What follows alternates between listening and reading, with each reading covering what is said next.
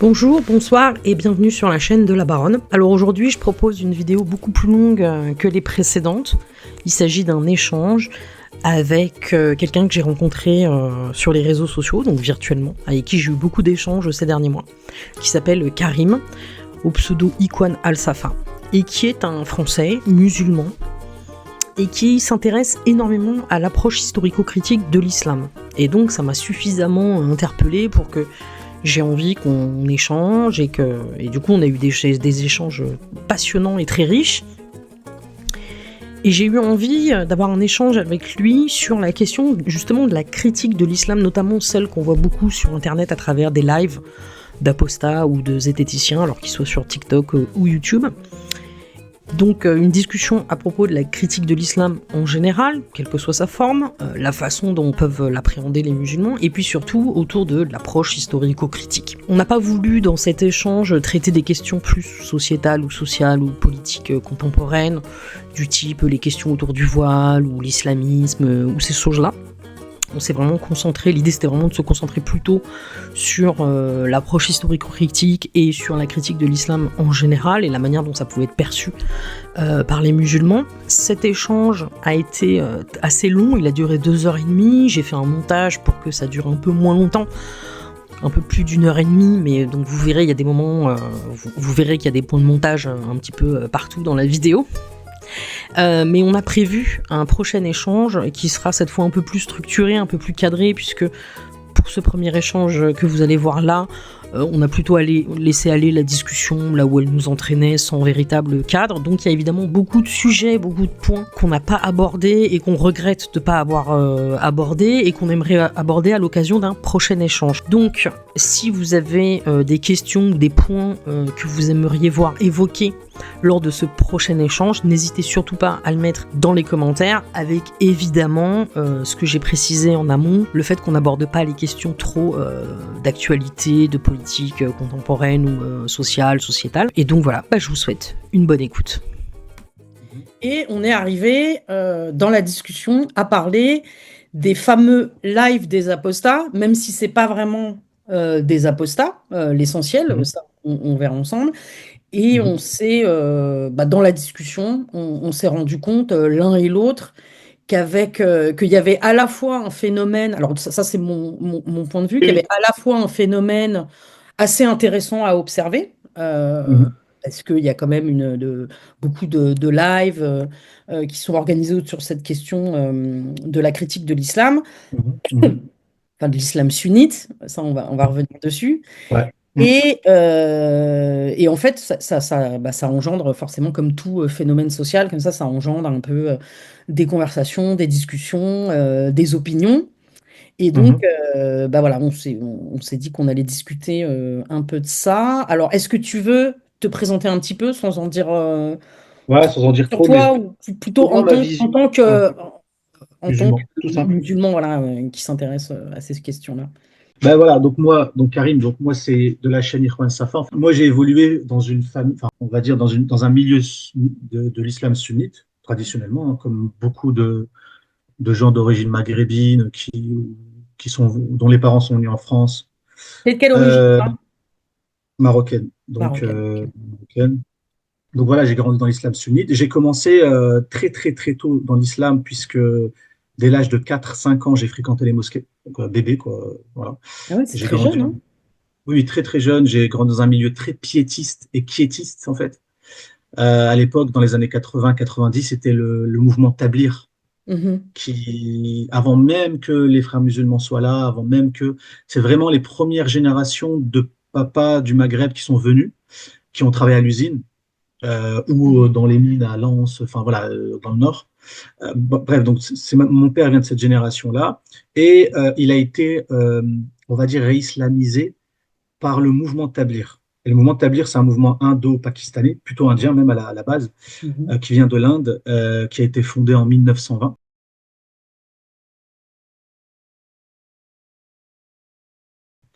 Ah oui, donc avant les Et frères musulmans, mais effectivement. ah oui, oui, largement, non, non. Il Mhm. faisait partie au début XXe siècle, il y a eu les mouvements un peu ce qu'on appelle les réformistes, Ouais. avec Mohamed Abdou, je ne sais pas si tu as entendu parler. Si, si. Mhm. Euh, Jamal Din al-Afghani, c'était des gens qu'on appelait ça les réformistes. Et d'ailleurs, l'ironie du sort, c'est que ces réformistes-là, en fait, sont un peu aussi les papas du salafisme contemporain d'aujourd'hui. Tout à fait. Mais le Sauf que, salafisme lui-même peut être vu comme ouais, une forme, en fait. beaucoup.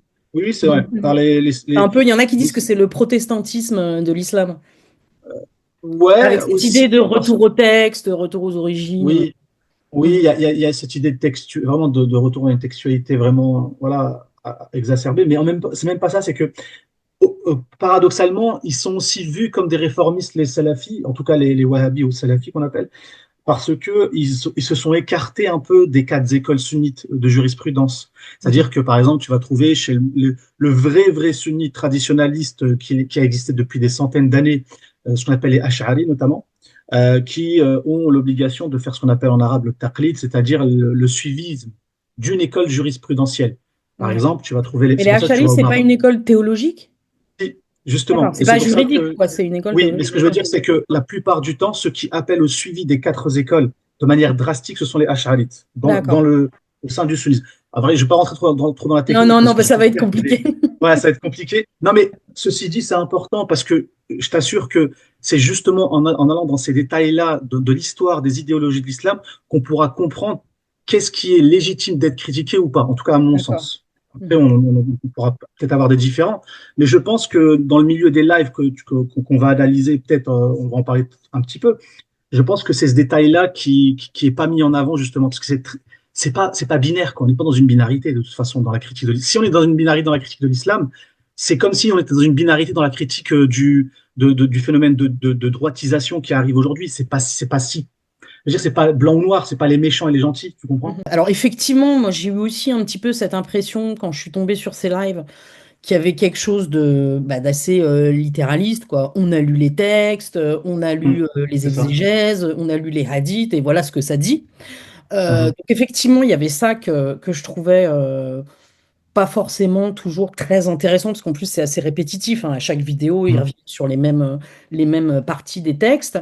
Alors, en ce qui concerne quelqu'un comme Cassius ou quelqu'un comme Jack le Fou, Mm. éventuellement, on peut comprendre, entre guillemets, dans le sens que eux n'ont jamais été musulmans. C'est des athées, en fait, qui Mm. font une critique, comme beaucoup d'anti-religieux ou d'athées militants Mhm. peuvent faire des critiques un peu aussi littéralistes, y compris sur d'autres textes religieux. En revanche, les deux qui m'intéressent un petit peu plus dans ces lives, c'est Amir et Ali Babal. Parce que eux ont Mhm. été musulmans. Et donc, Mhm. il y a quelque chose que je trouve intéressant.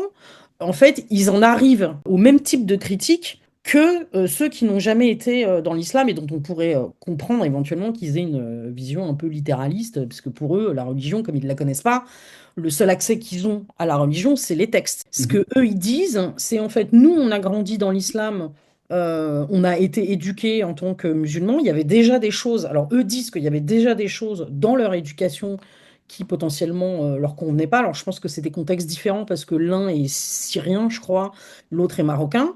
Amir est marocain Mhm. et il me semble que Ali Babal est syrien d'origine, quelque chose comme Rien. ça. Eux, ce qu'ils disent, c'est en fait on nous a caché des choses, on nous a fait grandir dans un islam en nous cachant des certaines parties des textes. En fait, Mm. c'est-à-dire que eux disent, bah, en fait, un jour, j'ai voulu m'intéresser un peu plus à la religion. Donc, le mécanisme, c'est d'aller lire directement les sources. Et là, ils se rendent compte qu'il y a des choses très déplaisantes dans les textes et ils se disent, ça va pas du tout avec cette religion. Moi, je pense pas que ce soit. Enfin, oui, en soi, tu as raison sur ça, mais je pense même pas que ce soit aussi simple que ça. Parce qu'ils sont pas bêtes. Ils savent très bien que, et tu l'as dit, tu as parlé d'exégèse, quand tu vas tomber sur des textes à consonance violente, etc., il y a de toute façon une pléthore d'exégètes qui ont expliqué ces versets-là, ou ces hadiths, ou quoi que ce soit, en tout cas les commentateurs, etc. Après, pour Amir Aposta et Ali Babal, alors moi, j'avoue, je l'ai de temps en temps un peu écouté, Amir Aposta. Moi, je me suis plus, on va pas en parler beaucoup parce que je sais que toi, ce qui t'intéresse plus, c'est peut-être Amir Aposta, mais je pense que Jack Le Fou, vu que c'est la référence, on va pas se mentir, c'est vraiment lui the Ouais. référence en tout cas au niveau francophone, de la critique parfois très virulente de l'islam. Je pense que, je vais pas dire qu'ils se servent de lui, mais ils se prennent appui sur lui. Sauf que Jack Le Fou se présente comme étant notamment un zététicien, donc avec une approche critique. donc avec un esprit critique, une méthodologie entre guillemets scientifique, c'est-à-dire qu'il part des faits pour arriver à une critique, à contrario du phénomène idéologique où on va se servir de tout ce qui va dans notre sens pour argumenter. Moi, je pense que Amir Aposta va dans le sens de ce qu'il lui croit être une critique, parce que lui-même, il a subi des traumas, tu l'as dit. Il a été déçu par le fait on lui a caché des textes, apparemment. On lui a caché des textes violents, on lui a caché des exégèses violents, des éléments jurisprudentiels violents, et donc il s'est dit, mince, je me suis senti trahi. Moi, honnêtement, ce sentiment-là, je l'ai vécu aussi. Je ne l'ai pas vécu forcément pour ces textes-là, mais je l'ai vécu autrement. Moi qui est passé par plusieurs phases, donc je te dis que j'étais tablieri, puis après j'ai été salafi aussi, à une courte période de ma vie, j'étais un peu salafi, parce que dans la bulle Internet, dans les années 2000, avec les pétrodollars saoudiens, ben, l'idéologie salafi est arrivée massivement sur Internet. Donc, à cette époque-là, ben, tu tapais sur Google islam, tu avais tous les sites payés par les pétrodollars saoudiens qui remontaient en premier résultat, si tu veux, sur ta page Google ou Ça à n'a la pas fin. changé aujourd'hui.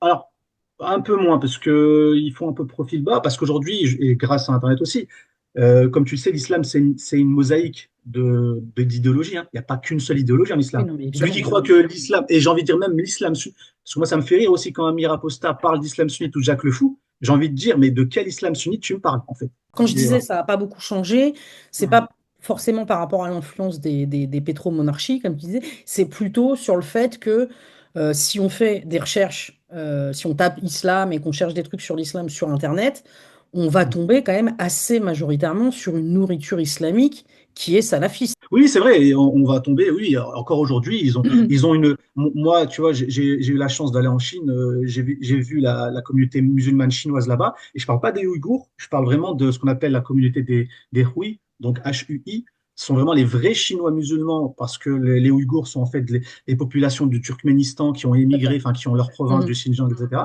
Moi, quand j'ai vu les Hui, etc., effectivement, dans les universités là-bas, dans les mosquées en Chine, à Pékin, Shanghai, Hong Kong, etc., on a les premiers livres que j'ai vus, c'est des livres de l'Arabie Saoudite, donc de Mhm. l'idéologie salafisée, Mhm. si tu veux, salafi. Pour en revenir, ce que je voulais dire par rapport à Amir Aposta, parce que c'était ça aussi, c'est que quand alors il se prétend à juste titre ou pas, en tout cas, est-ce que c'est sincère ou pas, je ne sais pas, mais quand il prétend, notamment Jacques Le Fou, de faire de la zététique ou d'utiliser des outils de la zététique pour évacuer les biais de confirmation, les biais cognitifs, je ne suis pas sûr de ça. Parce Bah, moi, qu'il le j'ai dit lui-même. l'impression, pardon, excuse-moi, j'ai l'impression qu'en fait, moi, ce qui m'a assez vite, je dirais, gênée, Hum, parce que j'étais attirée en fait par ces lives au départ, je hum. te le cache pas, parce qu'effectivement, Oui, bien sûr. euh, Je comprends. ce que je vois de l'islam contemporain en France, notamment à travers une certaine jeunesse et sur les réseaux, etc., j'ai la sensation qu'il y a une forme de salafisation qui est assez prégnante, et donc je trouvais intéressant que émergent comme ça des lives de critiques de l'islam. Après, que ce soit des bonnes ou des mauvaises critiques, je m'étais dit c'était déjà un point de départ, c'était pas mal.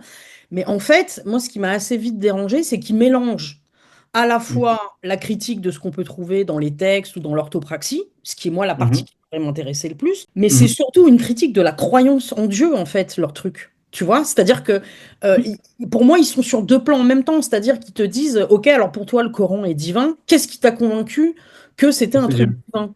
Mais en fait, pour Hum. moi, c'est un... Enfin, c'est pas que c'est un faux sujet, mais pour moi, Ah, j'ai quand tu l'impression, crois, si tu tu veux, crois. d'avoir Quand tu... Hum, les new hum, athéistes, si tu veux, aux États-Unis des hum, années 90, ou même avant, enfin, tu vois, des critiques qui portaient, ou des trucs un peu comme Dawkins, tu vois, avec son bouquin Ouais, Pour en tout à finir fait. avec Dieu, un peu Hum. cette idée de je critique le fait que tu crois en Dieu, parce que pour moi, c'est débile de croire en Dieu. Mais tu as le droit de penser Mais que c'est débile de croire en Dieu, c'est pas le sujet. Mais je veux dire, si tu fais des lives où tu sais qu'il va y avoir des musulmans sunnites qui vont monter, pour moi, il y a effectivement assez peu d'intérêt de passer la moitié du temps à leur demander est-ce que tu trouves que c'est très intelligent de croire en Dieu alors que, a priori, il y a peu de chances qu'il existe. Enfin, tu vois, enfin, je sais pas si ça, ça aboutit à quoi que ce soit. moi, je pense que c'est contre-productif aussi. Moi, je suis pour la critique de la religion, des musulmans, de ce qu'il y a dans les textes, il n'y a pas de souci. Et je pense que tout musulman doit être ouvert à ça. Et d'ailleurs, c'est pour ça que la jurisprudence en islam, elle est liée au temps et au lieu. Parce qu'à un moment donné, si on n'évolue pas dans notre fiqh, c'est-à-dire dans la jurisprudence, On peut pas, c'est juste pas possible. Dans chaque siècle, enfin bref, c'est logique même humainement, j'ai envie de dire. Par Oui, le contre, droit, effectivement, tu c'est as toujours raison. quelque chose qui est Bien compliqué. sûr, Oui, exactement, même le droit civil, il évolue, enfin, on a des tout à textes de fait. loi, enfin voilà. Mais ce que je veux dire, c'est qu'effectivement, tu as raison, je te rejoins sur ça, c'est que, et d'ailleurs, William Louis, je ne sais pas si tu en Oui, parles ou pas, mais William Louis, c'est très intéressant, ouais, apostat qui est sorti de l'islam. Lui, ce qui l'intéressait, c'est que je veux être critique vis-à-vis de l'islam, mais qu'on soit une critique honnête et pas dans la ouais, tout à fait. Qu'il y ait caricature. une Et c'est ce que honnêteté toi, intellectuelle. Et effectivement, voilà. Et toi, ce que ouais. tu dénonces là maintenant, c'est ça. Ce que tu es en train de dire, c'est qu'en fait, il caricature. Ah, mais c'est ridicule, tu crois en Dieu. Non, en fait, ça marche Ouais, pas comme ça. je vois pas très bien. Et, C'est-à-dire à partir du et- moment où tu sais que tu vas discuter avec. Enfin, soit tu dis c'est une critique de l'islam, Putain. caca, donc ça veut dire que tu pars du postulat que les gens que tu vas avoir en face de toi sont des croyants. Soit tu fais une critique du principe même de croyance religieuse. Mais dans ces cas-là, pourquoi tu parles que de l'islam? Tu vois ce que je veux dire? C'est que pour moi, ils mélangent deux Bah, il y a choses, trois pans deux trucs, quoi. d'analyse. La première, c'est qu'il part d'un postulat, et il le dit, Jacques Le Fou d'ailleurs, il part d'un postulat presque politique, c'est-à-dire presque où il est activiste. Jacques Le Fou, il s'en cache pas, hein. Il dit, je Oh suis non, mais activiste. c'est pas forcément un mal en soi, ouais. Ouais, voilà, ce qui est pas mal en soi. Lui, il se dit, moi, je veux éradiquer cette pensée islamique sunnite. À chaque fois, il met justement le terme sunnite à côté. Moi, j'aimerais bien qu'un jour, il me définisse ce que pour lui, ça veut dire sunnite, parce que, encore une fois, je suis désolé de le dire, mais à l'origine, le sunnisme, il y a une pléthore d'idéologies à l'intérieur du sunnisme. C'est pas un monobloc, le sunnisme. Par exemple, tu vas prendre le soufisme. Personne parle du soufisme. C'est hyper rare que dans les lives, j'entends parler des gens parler du soufisme. Non, non, mais il Pourquoi? parle ni des soufis, ni du Pourtant, décoranisme, les ni soufis sont de... sunnites, hein. Les Oui, oui, soufis sont sunnites. c'est vrai. Ah, il Faut y a un juste soufisme chiite aussi, je crois, quand même, hein. Il y a un soufisme chiite, exactement, tout à fait, mais il y a aussi il y a ce qu'on appelle les tariqas, les confréries soufis, qui sont très ancrées dans le sunnisme sans aucun problème. Ils ont même été Saladin, tu sais, pour la conquête de Jérusalem, le fameux Saladin était soufi. D'accord. Donc, Et alors, qu'est-ce que tu penses quand même, ouais, quand ils disent, pour revenir un peu sur le cœur ouais, de la oui, sur le sujet. discussion, quand ils disent quand même, parce qu'il y a quand même cette question du Coran incréé qui est la parole de Dieu en direct.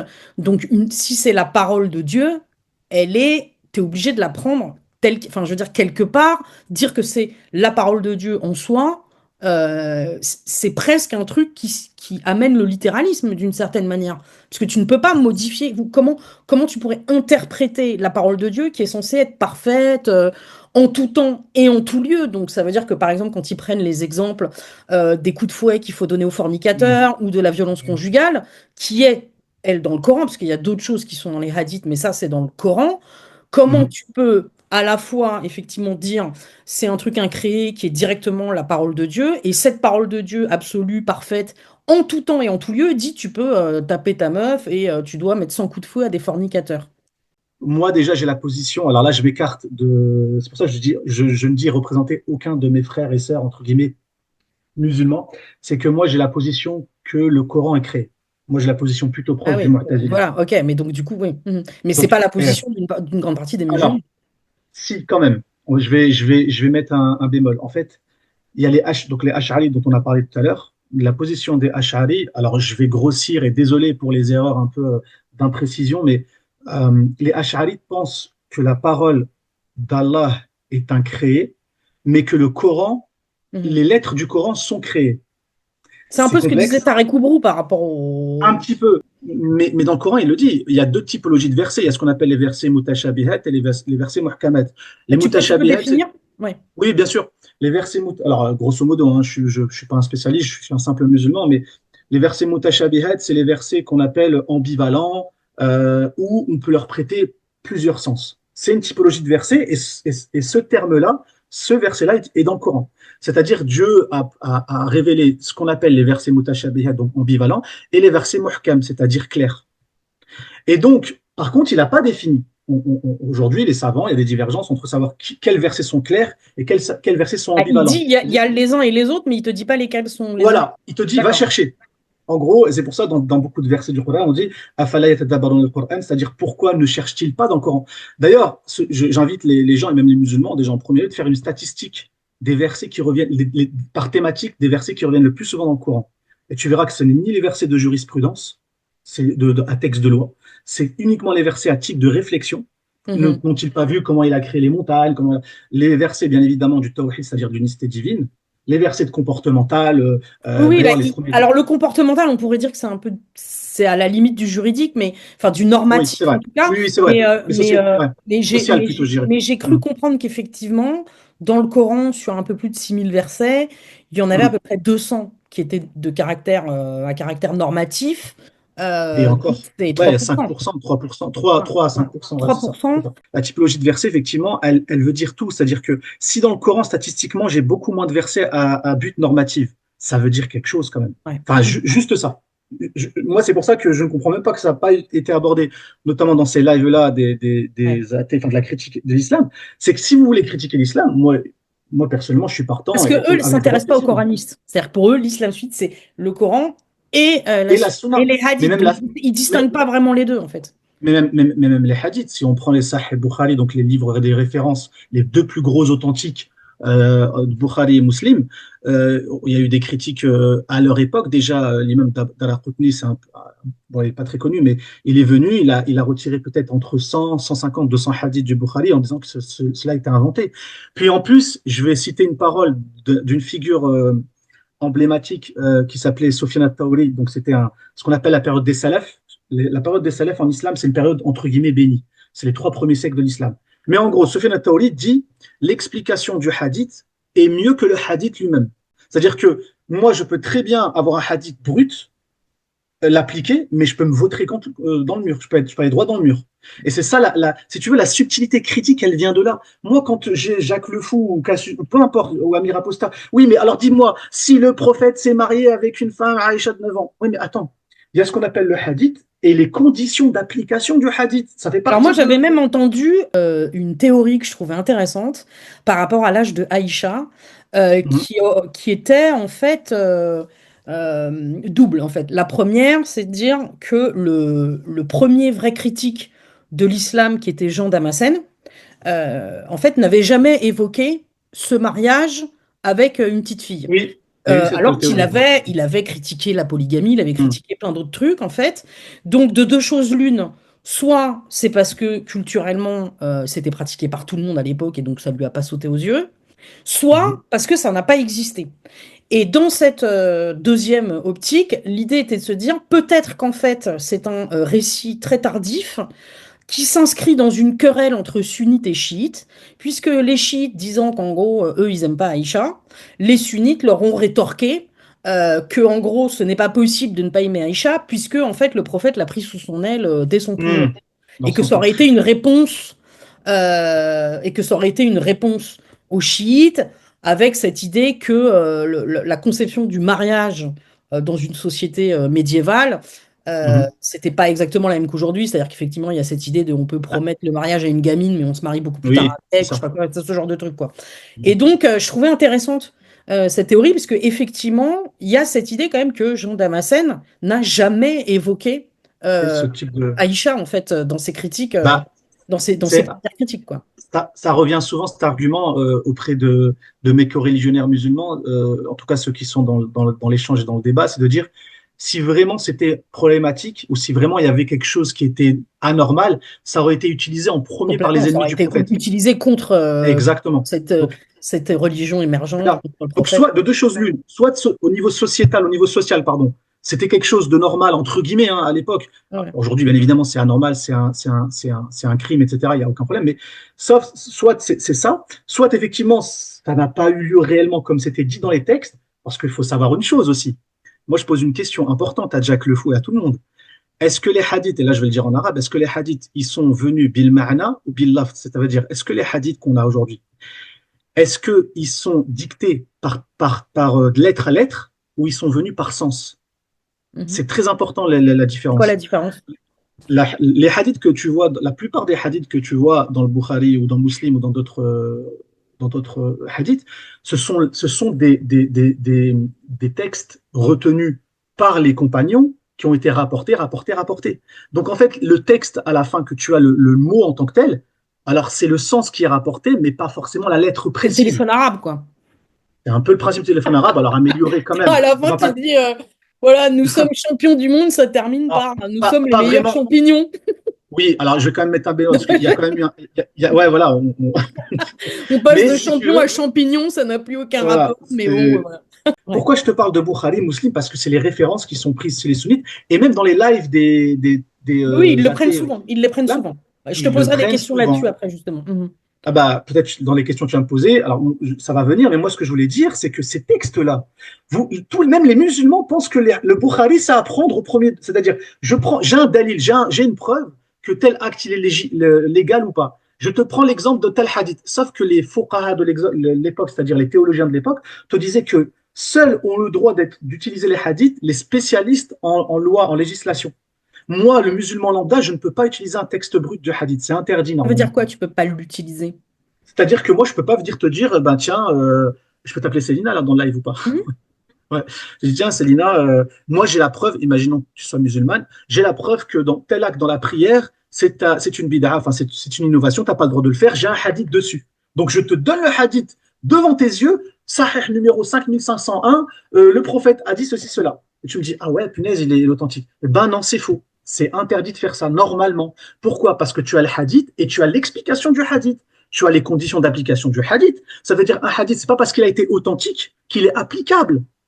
Ça aussi, c'est D'accord. une grosse Mais alors, c'est différence. toutes ces nuances que Elles tu sont importantes. effectues. Oui, je comprends.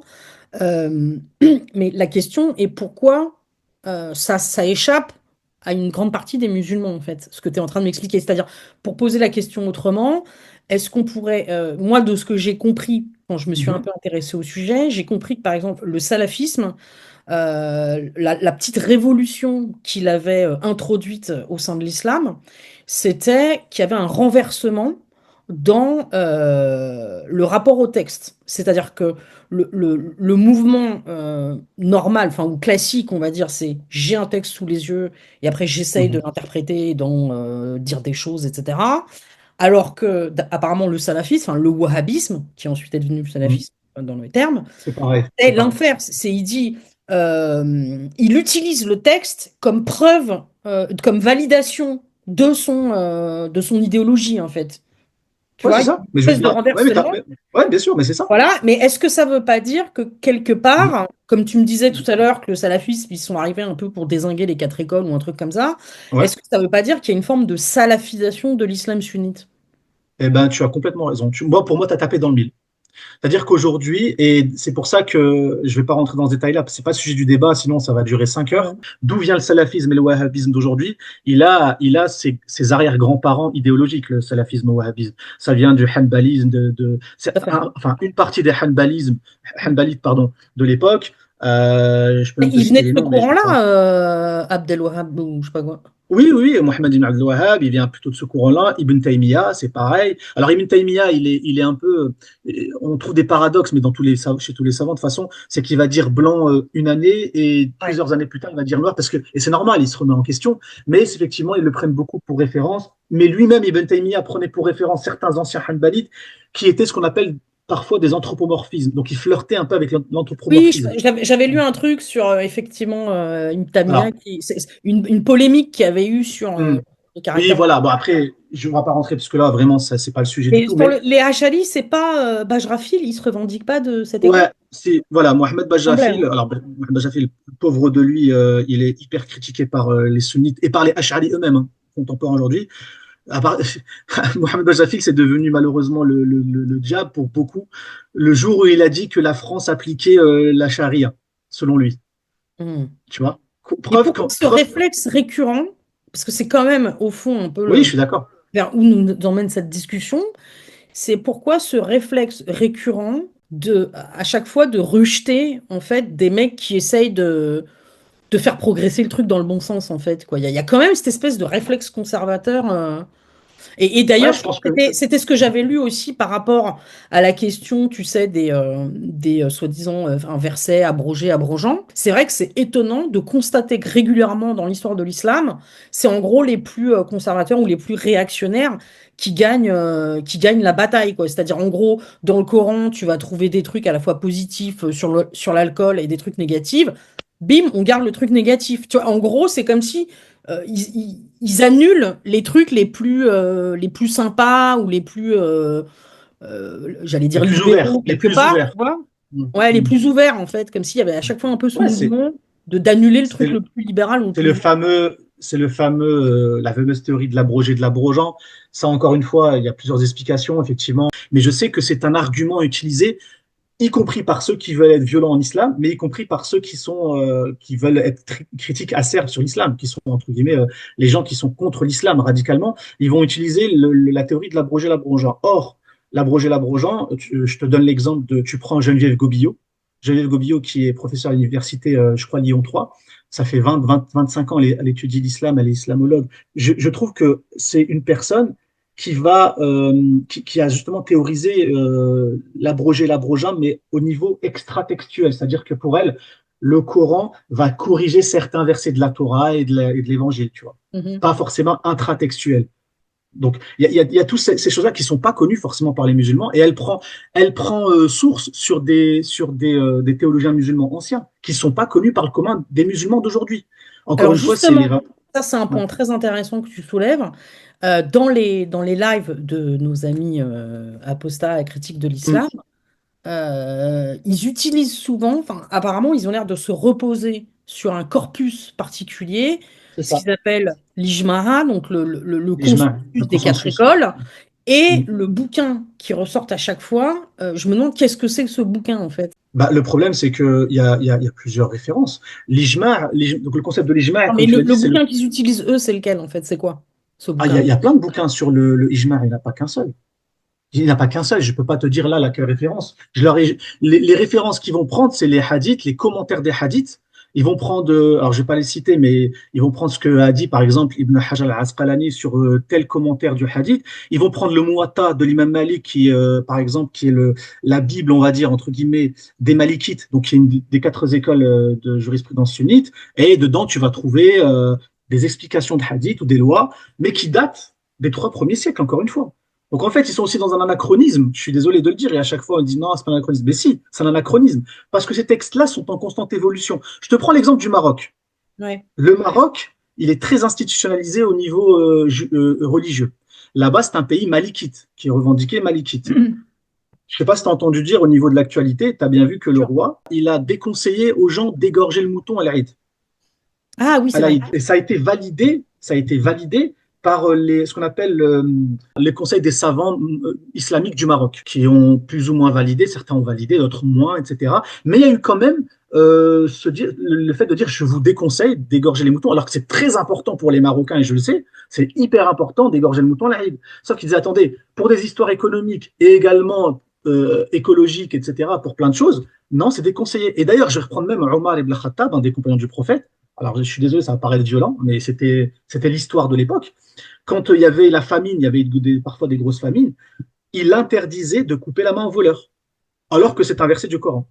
Donc, on pourrait très bien dire que Omar a été contre Dieu à ce moment-là, contre Allah, disait, bah, tout le monde le connaît, le verset qui dit Comment il il faut couper. justifiait ça, du coup, lui?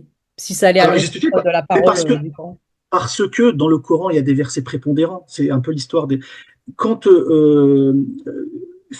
qu'est-ce qui prévaut? Est-ce que c'est le droit commun? Est-ce que c'est le bien commun? Ou est-ce que c'est appliquer une lettre à un verset du Coran? Donc là, Omar, il a estimé que pour le bien commun, on devait ne plus appliquer cette loi.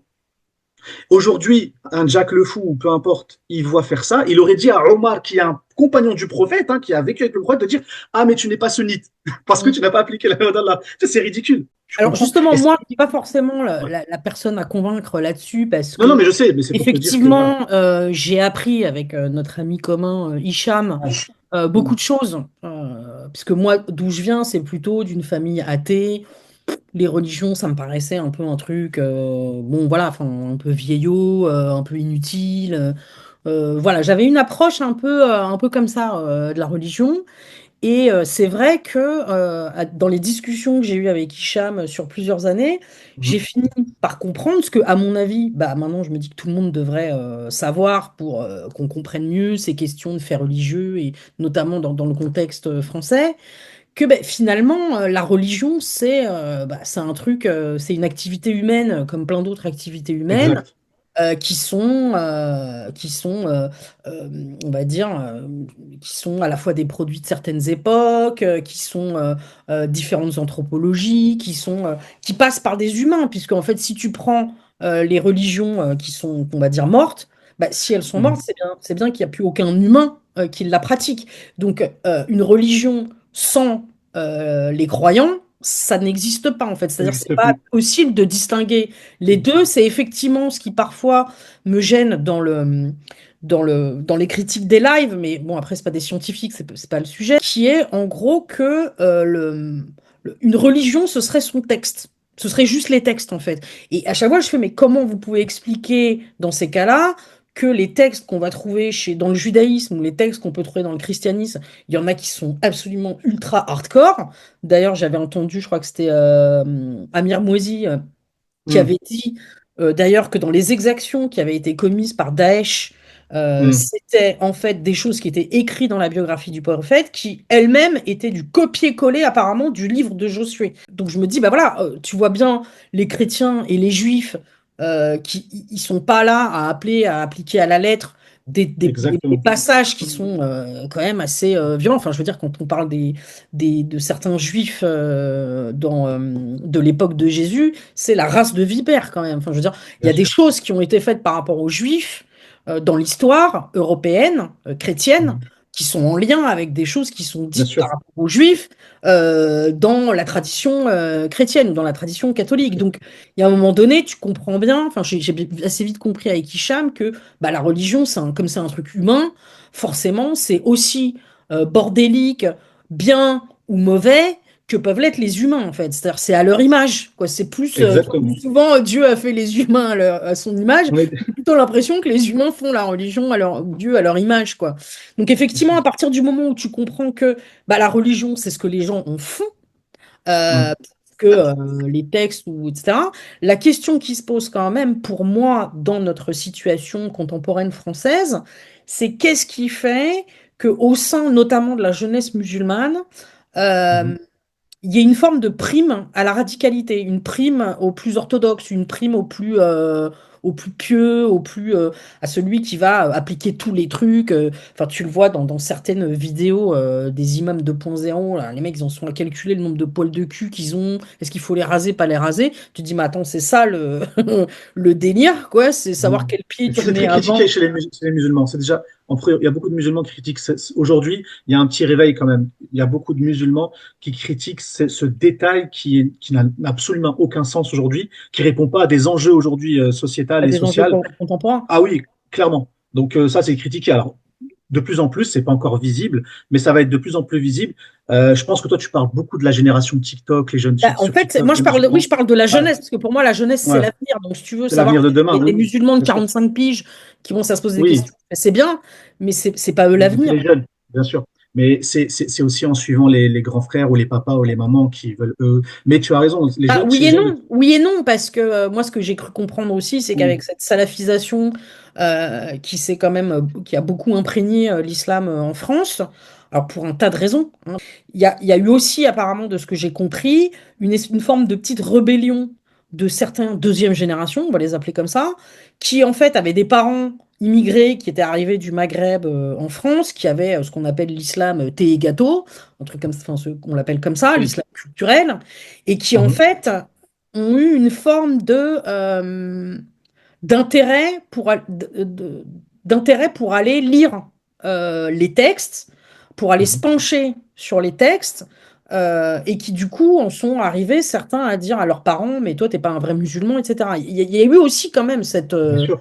cette Non, mécanique, mais tu vois non. ce que je veux dire? Ah Donc ben oui. est-ce que le fait de dire, bah, il y a des générations plus âgées qui sont en train de questionner un peu la façon dont Oui, tu est. as raison. Ouais. C'est vrai. C'est vrai que moi, le premier, j'en ai été victime, un peu, très honnêtement. Je suis sorti du tablir parce que le salafisme, quand dans les années 2000 est venu, était très critique vis-à-vis de toutes les autres formes d'idéologie islamique. Donc le Mhm. salafisme, il était contre ce qu'on appelle les Ikhwan Muslimin, contre les frères musulmans, justement, même si dans les frères musulmans, tu retrouves du salafisme aussi, on est d'accord. Il était très, très critique vis-à-vis du tablir. Il nous appelait les adorateurs de tombes, parce que, et les soufis, je t'en parle même pas.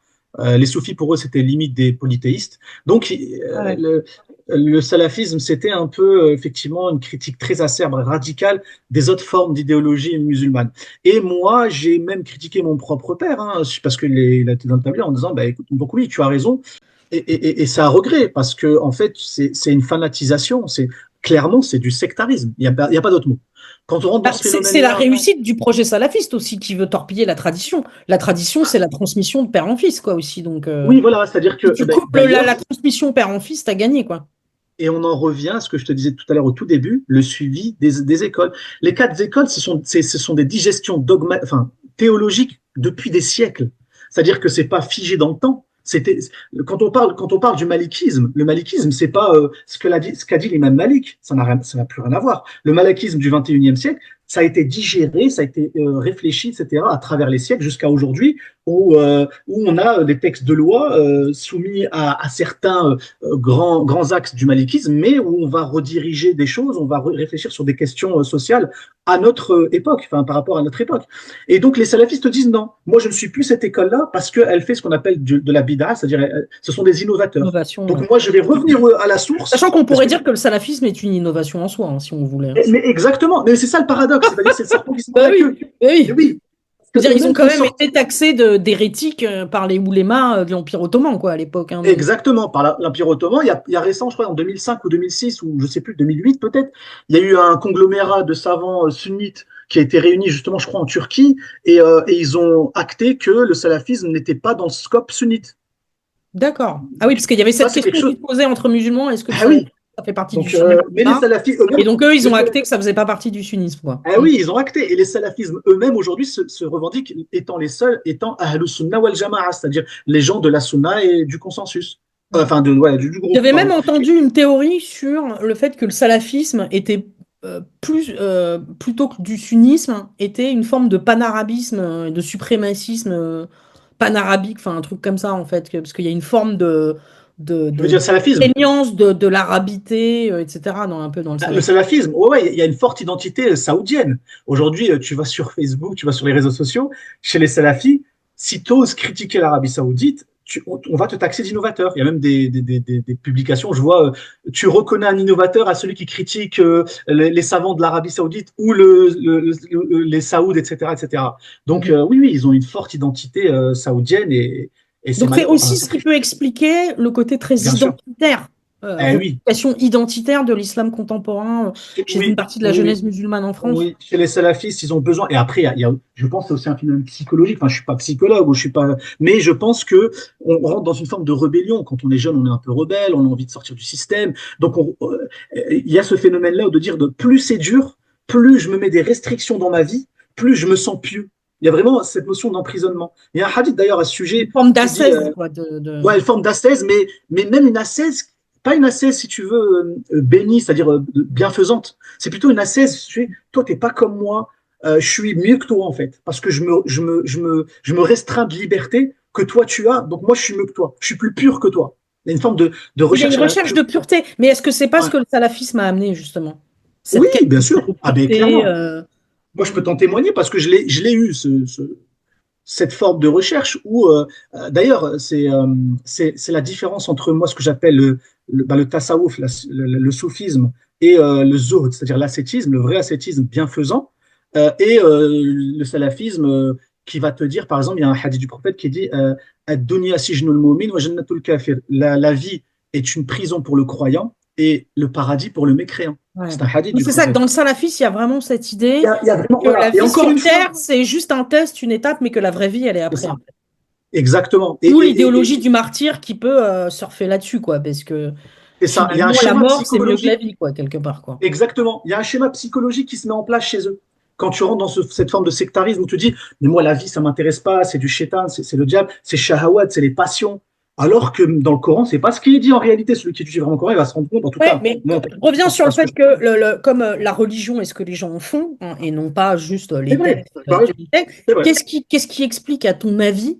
Parce que pour moi, le cœur de ma critique, quand je suis critique de l'islam, en fait, sur les réseaux Mm, sociaux, j'ai plutôt une critique de cet attrait pour l'hyper-orthopraxie salafiste. En fait, c'est-à-dire qu'à un moment donné, me dit, mais qu'est-ce qui fait que des jeunes qui sont nés en France, qui vivent dans un environnement mm, occidental, divers, avec des libertés, etc. Qu'est-ce qui fait comment on peut être attiré par un truc qui est aussi contraignant, qui peut être aussi des fois très intolérant, parce que tu vois, ça divise le monde entre les bons musulmans, les mauvais musulmans, les mécréants, enfin tu vois, il y a plein de cases. Bien Qu'est-ce sûr. qui pourrait expliquer cet attrait pour ce que disait Tarek Oubrou dans une interview sur France Culture? Il disait, il le disait pas comme ça je le dis avec mes mots, mais qu'il y avait quand même un problème avec la jeunesse musulmane en France, qui est dans Mhm. une fièvre de la norme religieuse. C'est ça. Ils sont à la recherche de conditions drastiques de vie pour se conformer à leur psyché qui dit que, encore une fois, moi j'en suis persuadé, je l'ai un peu vécu. C'est plus c'est dur, mieux c'est pour moi. Vraiment. Et mieux je m'écarte des gens qui sont pas comme moi. C'est pour ça que il y a cette forme. Alors je ne vais pas reprendre ce que disait Macron à l'époque, le séparatisme, mais c'est un peu ça. C'est-à-dire que Bah, le effectivement, salafisme est un séparatisme, hein, oui, oui, c'est vrai. Mais clairement. je me sens mieux vraiment avec les miens tu vois. Ouais. Et donc, Bah, c'est un tribalisme, quoi, de toute façon. Mais ça, dans toutes les religions, on a retrouvé. Mais c'est vrai que là, oui, c'est mais une forme qui est bah, très c'est comme, perturbante, en fait, pour des mais gens tu prends les comme témoins de moi. Jéhovah, tu vois, moi j'ai les témoins de Jéhovah, ils viennent me voir tout le temps, parce que j'aime bien discuter avec eux, moi j'ai aucun problème. Ils viennent, et c'est pareil, on va retrouver cette forme-là. Ouais, complètement. On est entre Oui, oui. nous, Oui, et oui. c'est Bah, c'est pareil une chez secte. Ouais, mais les. c'est considéré comme une secte. Donc, Mais ça veut dire qu'en moi gros, je le considère salafisme est une secte, quoi. mais pour moi, alors pas tous les salafis, mais en tout cas, on rentre dans un processus sectaire. C'est clair et net. C'est évident. Quand on t'interdit de lire tel livre, parce que Ah ouais. c'était le cas dans le salafisme, moi en tout cas, quand j'étais salafi, j'avais un livre qui s'appelait Ihya Ulumuddin, la révivification des sciences religieuses par l'imam Al-Ghazali. Al-Ghazali, c'est pas n'importe qui. Al-Ghazal, c'était le fameux révivificateur du IVe siècle. Je veux dire, 4e, 5e siècle plutôt, je crois. En vrai, j'ai plus les dates en tête, mais en gros, on m'a dit brûle ce livre, parce que ce livre-là, il y avait du soufisme, etc. Ouais. Donc, tu vois, on rentre dans une Tout ce qui forme n'est de. pas pur, tout ce qui n'est pas dans ma ligne du parti, tu vois, il y a un côté C'est un ça, peu ben, c'est ça, stalinien, quoi. exactement. Tout ce qui n'est pas dans la ligne du parti, ça dégage, quoi. Oui, voilà, c'est ça. Et c'est vraiment dans un Totalitaire, quoi, processus, comme c'est sectaire et totalitaire, en fait, comme c'est vision. totalitaire. C'est pour ça qu'aujourd'hui, alors, beaucoup de salafis aujourd'hui, c'est marrant parce que ils vont critiquer MBS, Mohamed Ben Salman, le roi de Moi, je l'Arabie l'aime bien. Saoudite. Non, mais j'imagine que tu l'aimes bien. Je trouve ça très intéressant ce qui se passe en ce Ah, le moment phénomène, je pense dans que les pour pays du quelqu'un. Golfe. Ouais. Je pense que le phénomène Daesh a été un véritable tremblement de terre pour le monde musulman, en fait. C'est un trauma, c'est un Ah, traumatisme. ça a été C'est un un traumatisme. traumatisme, C'est vrai. total, parce qu'effectivement, il y a plein de musulmans qui se sont dit d'un coup, attends, mais c'est ça, du coup, le califat, c'est chaud, quoi. Tu vois, il va falloir qu'on revoie un peu les choses. On a Alors, encore une fois justement, puisqu'on parlait de la jeunesse musulmane en France, moi, Mm. c'est un peu mon sujet, c'est-à-dire que Oui, j'ai à compris. la Ouais. fois, Mm. j'ai complètement conscience que ça veut rien dire l'islam est ceci ou l'islam est cela. Tu peux pas dire l'islam tout court parce que c'est 1400 ans, je sais pas Bien combien de sûr. pays, je sais pas combien de courants, etc. Et dans ce que j'observe en France, alors évidemment, j'ai pas accès à tous les musulmans français, à tous les jeunes musulmans Oui. français. Donc ce que je dis, c'est évidemment biaisé par rapport à ce que je vois, mais j'ai pas la sens. Enfin, quand je t'écoute parler toi je me dis, il y a eu une quête, il y a eu une recherche, probablement en réaction à des choses que tu avais expérimentées dans l'islam et qui peut-être t'ont interrogé ou t'ont pas convenu. Mais cette quête, en fait, qui semble être quelque chose qui est islamique, puisque visiblement, il y a Mm. quand même dans l'islam des textes qui disent qu'il faut aller chercher la connaissance là où elle est, qu'il faut lire, qu'il faut machin. Donc ça a l'air d'être un truc où la quête de connaissance, la quête de compréhension, la quête de vérité, ce cheminement-là est un truc important dans l'islam, mais ça n'a pas l'air d'être quelque chose qui percute le cerveau d'un certain nombre de jeunes musulmans. Alors du coup, ma question c'est comment tu t'y es pris, toi? Par où t'es passé, en fait? Quel chemin t'as pris pour arriver où t'en es aujourd'hui? Alors, bon, après, moi, je suis de la génération. euh, D'ailleurs, tu l'as dit. Enfin, de toute façon, tu as commencé par quelque chose qui est important. C'est que le premier verset qui est descendu dans l'islam, c'est Iqra, lis. Mhm. Qui a plusieurs sens. Iqra, ça peut dire aussi qara, ça veut dire la racine qui veut dire rassemble les connaissances. Enfin, bref, il y a plein de choses à dire. Après comme je disais, dans le Coran, il y a énormément de versets qui t'incitent à dire va chercher l'information par toi-même. Hein. T'as pas besoin des gens. Va chercher l'information. On t'émancipe d'un clergé. Bon, bref. Je suis pas là pour faire du prosélytisme, mais en gros, c'est ce que dit le Coran. Mais pour répondre à ta question, de toute façon, moi, je fais partie de la génération des années 80-90. Il faut savoir que nous, on n'a pas connu Internet. On n'a Mm, pas connu les réseaux sociaux. On a appris notre religion dans les mosquées, avec mm. des imams. Physiquement, on a vu les gens pour de vrai, on les a touchés, les gens, on a vu leur vie. Les jeunes d'aujourd'hui sur TikTok et qui sont très, très, très, on va dire, virulents, islamiquement, je parle, ils sont voilà, durs. Ils sont, alors, je caricature, mais ils sont derrière leur téléphone sur TikTok en train de se filmer, en train de parler, en train de débattre avec un verre de coca à la main. Ils n'ont pas expérimenté l'islam en tant que croyant. La dernière fois, tu disais une parole juste, ça m'avait marqué. Tu m'as dit, mais toi, Karim, tu es quelqu'un de croyant. T'as pas la démarche identitaire ou culturelle. Oui, c'est ça, c'est-à-dire qu'effectivement, la Et sensation que me c'est la donne différence. une partie Mm. de cette jeunesse musulmane, c'est que ils agissent pas en croyant, ils agissent déjà un peu en automate, tu vois, qui est mécanique, Mm. qui répète des trucs, qui répète des gestes, qui répète des textes. Enfin, il y a un truc un peu C'est ça. robotique, tu vois. C'est Oui, souvent ce qui est un peu perturbant, c'est que tu peux passer d'une vidéo à l'autre sur TikTok, tu as l'impression que c'est la même personne qui parle. Et il y a plus un désir de paraître, un désir d'apparence plus mm. qu'une intériorité, en fait. C'est-à-dire qu'ils ont une C'est relation ça. qui a l'air d'être plus horizontale que verticale. Exactement. C'est tout à fait. Bah, en tout cas, moi, c'est à mon sens, c'est ça. Et le fait d'avoir expérimenté avec d'autres musulmans, d'autres situations dans les mosquées, avoir vu la vraie vie, en fait, en tant que musulman, je t'assure, ça change énormément. Là, ils sont dans un consumérisme. Je consomme l'islam. Je vois des textes passer, des posts, je les transmets, je les partage. C'est ça l'islam. Je m'arrête là. Je vais plus aller chercher. Je vais plus aller chercher justement dans Oui, c'est l'histoire de assez l'islam. superficiel, hein, c'est très superficiel. C'est du vernis, c'est du vernis islamique. Donc on n'est plus dans la recherche profonde. Ou alors si on est dans la recherche profonde, on est dans la recherche uniquement théorique, mais on n'est pas dans une pratique réelle de l'expérience, aller dans les mosquées, voir les musulmans. Tu vois, la dernière fois, j'avais partagé une association sur Molenbeek en Belgique, je t'avais partagé aussi, qui avait organisé avec les chrétiens dans une église la rupture du jeûne. Donc, ils se Mhm. sont réunis dans l'église et ils avaient rompu le ramadan cette année ensemble. Moi, j'ai trouvé ça magnifique. Et toi, tu m'avais dit, effectivement, à juste titre, mais je le vois pas, ça, je vois pas ça dans la communauté musulmane française. Mais C'est ça, pas ça que j'ai dit. Non, non, ce que ah, j'ai dit, on verrait pas un truc chrétien dans une mosquée. moi, je l'ai déjà vu et je l'ai déjà vécu. Mais juste que ça n'a pas fait le buzz sur Internet et que ça n'a pas été propagé. Alors, Des trucs aujourd'hui, chrétiens dans des mosquées, oui, quoi. oui, oui, on a D'accord. déjà organisé, ça va peut-être faire bondir mes coreligionnaires qui vont écouter de la vidéo, mais j'ai déjà vu des gospels dans des mosquées. C'était le moment où Noël tombait en même temps que la naissance du prophète Mohammed de l'Islam. C'était le Maoulid Nabawi, la naissance du prophète. Et on avait organisé communément, donc la messe Noël, non, plutôt les chants de Noël, et en même temps la lecture du Coran, et dans la même salle, on était avec des chrétiens, et chacun son tour passait sur scène. J'ai cru Non, comprendre que les 2014. salafistes, ils aimaient pas cette célébration. Ah, ils supportent pas la Maolid Nabawi. D'accord, Ils ouais. considèrent ça comme étant une bid'a, c'est-à-dire une innovation religieuse. Ils D'accord. disent que Oui, parce comme que le il y avait prophète ne l'a quelqu'un pas qui fait. m'avait envoyé une vidéo une fois de la télé égyptienne où en fait sur le plateau télé, tu avais un salafiste et un mec qui devait venir du fin fond de ses montagnes ou de sa campagne ou je sais pas quoi. Et apparemment, il s'embrouillait sur cette histoire de célébration de l'anniversaire du prophète. Et en fait, le campagnard, là, tu vois, il s'est levé, il a mis une tarte dans la gueule du salafiste. Non, mais Mais c'est vrai physiquement, que quoi. Il m'a dit, mais t'es qui pour me dire ce que je dois fêter ce ou que je pas? dois Quoi. faire Enfin, ou ça me pas. fait rigoler, quoi. Non, mais c'est vrai que. Alors, que l'anecdote que je viens de te dire là sur cet événement, effectivement, je vais être très, très franc et très honnête. J'ai envie de dire peut-être 70%, 80% de mes coreligionnaires, ils vont pas accepter ça. Mais alors C'est là, pourquoi ils acceptent? Mais pourquoi alors, ils n'acceptent justement, pas ça? C'est quand même c'est là incroyable. où moi, je suis en C'est-à-dire qu'à la rupture. fois, c'est-à-dire que moi, d'un point de Hmm, vue extérieur, hein, tu vois, d'un hmm. point de vue extérieur, en tant que non-musulmane, je me dis, voilà, moi, Tu j'essaie de faire comprends en pas. sorte de comprendre, machin. Je me dis, mais comment c'est possible, de la part de tant de musulmans, de multiplier les comportements qui justifient la stigmatisation, en fait? Oublie le mot comportement, plutôt l'attitude.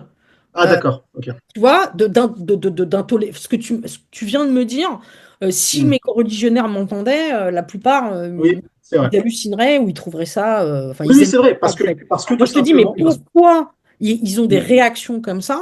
Puisque c'est exactement une partie de ce qui est reproché par les non-musulmans ou les anti-islam aux musulmans, hmm. c'est leur côté intolérant, justement. parce que justement, il y a plusieurs raisons. Il y a la raison purement théologique. Il y a la raison de dogme qui fait que, par exemple, je te donne un exemple, si on ouvre aux mosquées un chant gospel ou chrétien, il suffit que dans ce chant-là, tu entends le mot Jésus, Seigneur Jésus, c'est considéré comme du polythéisme.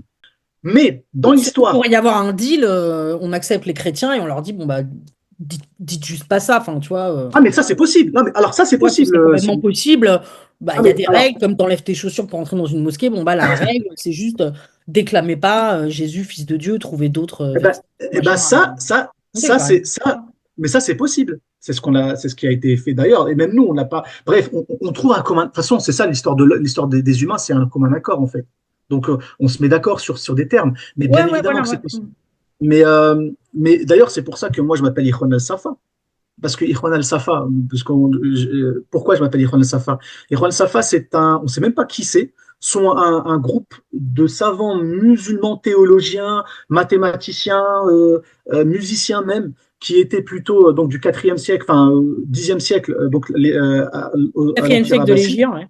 voilà, qui donc à l'époque abbasside, ce sont Ah, à la bonne époque. l'âge d'or, un peu. Ouais, voilà, Enfin, c'est ça ça. dépend, hein. Le vrai Non, mais âge ils ont d'or, c'est celui-là, en fait. Non, en vrai, ils ont commis aussi des exactions apparemment, donc c'est un peu chaud. Mais oui, comme dans tous les empires, c'est l'histoire des humains, encore une fois. Ouais, bah, ça, c'est Mais pas c'est les spécifique humains. comme musulman, ça. Exactement, on est d'accord. C'est bien que tu le dises. Bah Tu oui, vois, venons de ta bouche. Non, mais, ça reste ah des oui, humains comme les autres, hein, je veux dire, ni meilleurs ni moins bons, hein, globalement. exact, on est d'accord, complètement. Mais ce que je veux dire, donc, les Ikhwan Safa s'appellent les frères de la pureté. Et justement, ils sont dans un complémentarisme. Ils sont dans le sens que tu dis.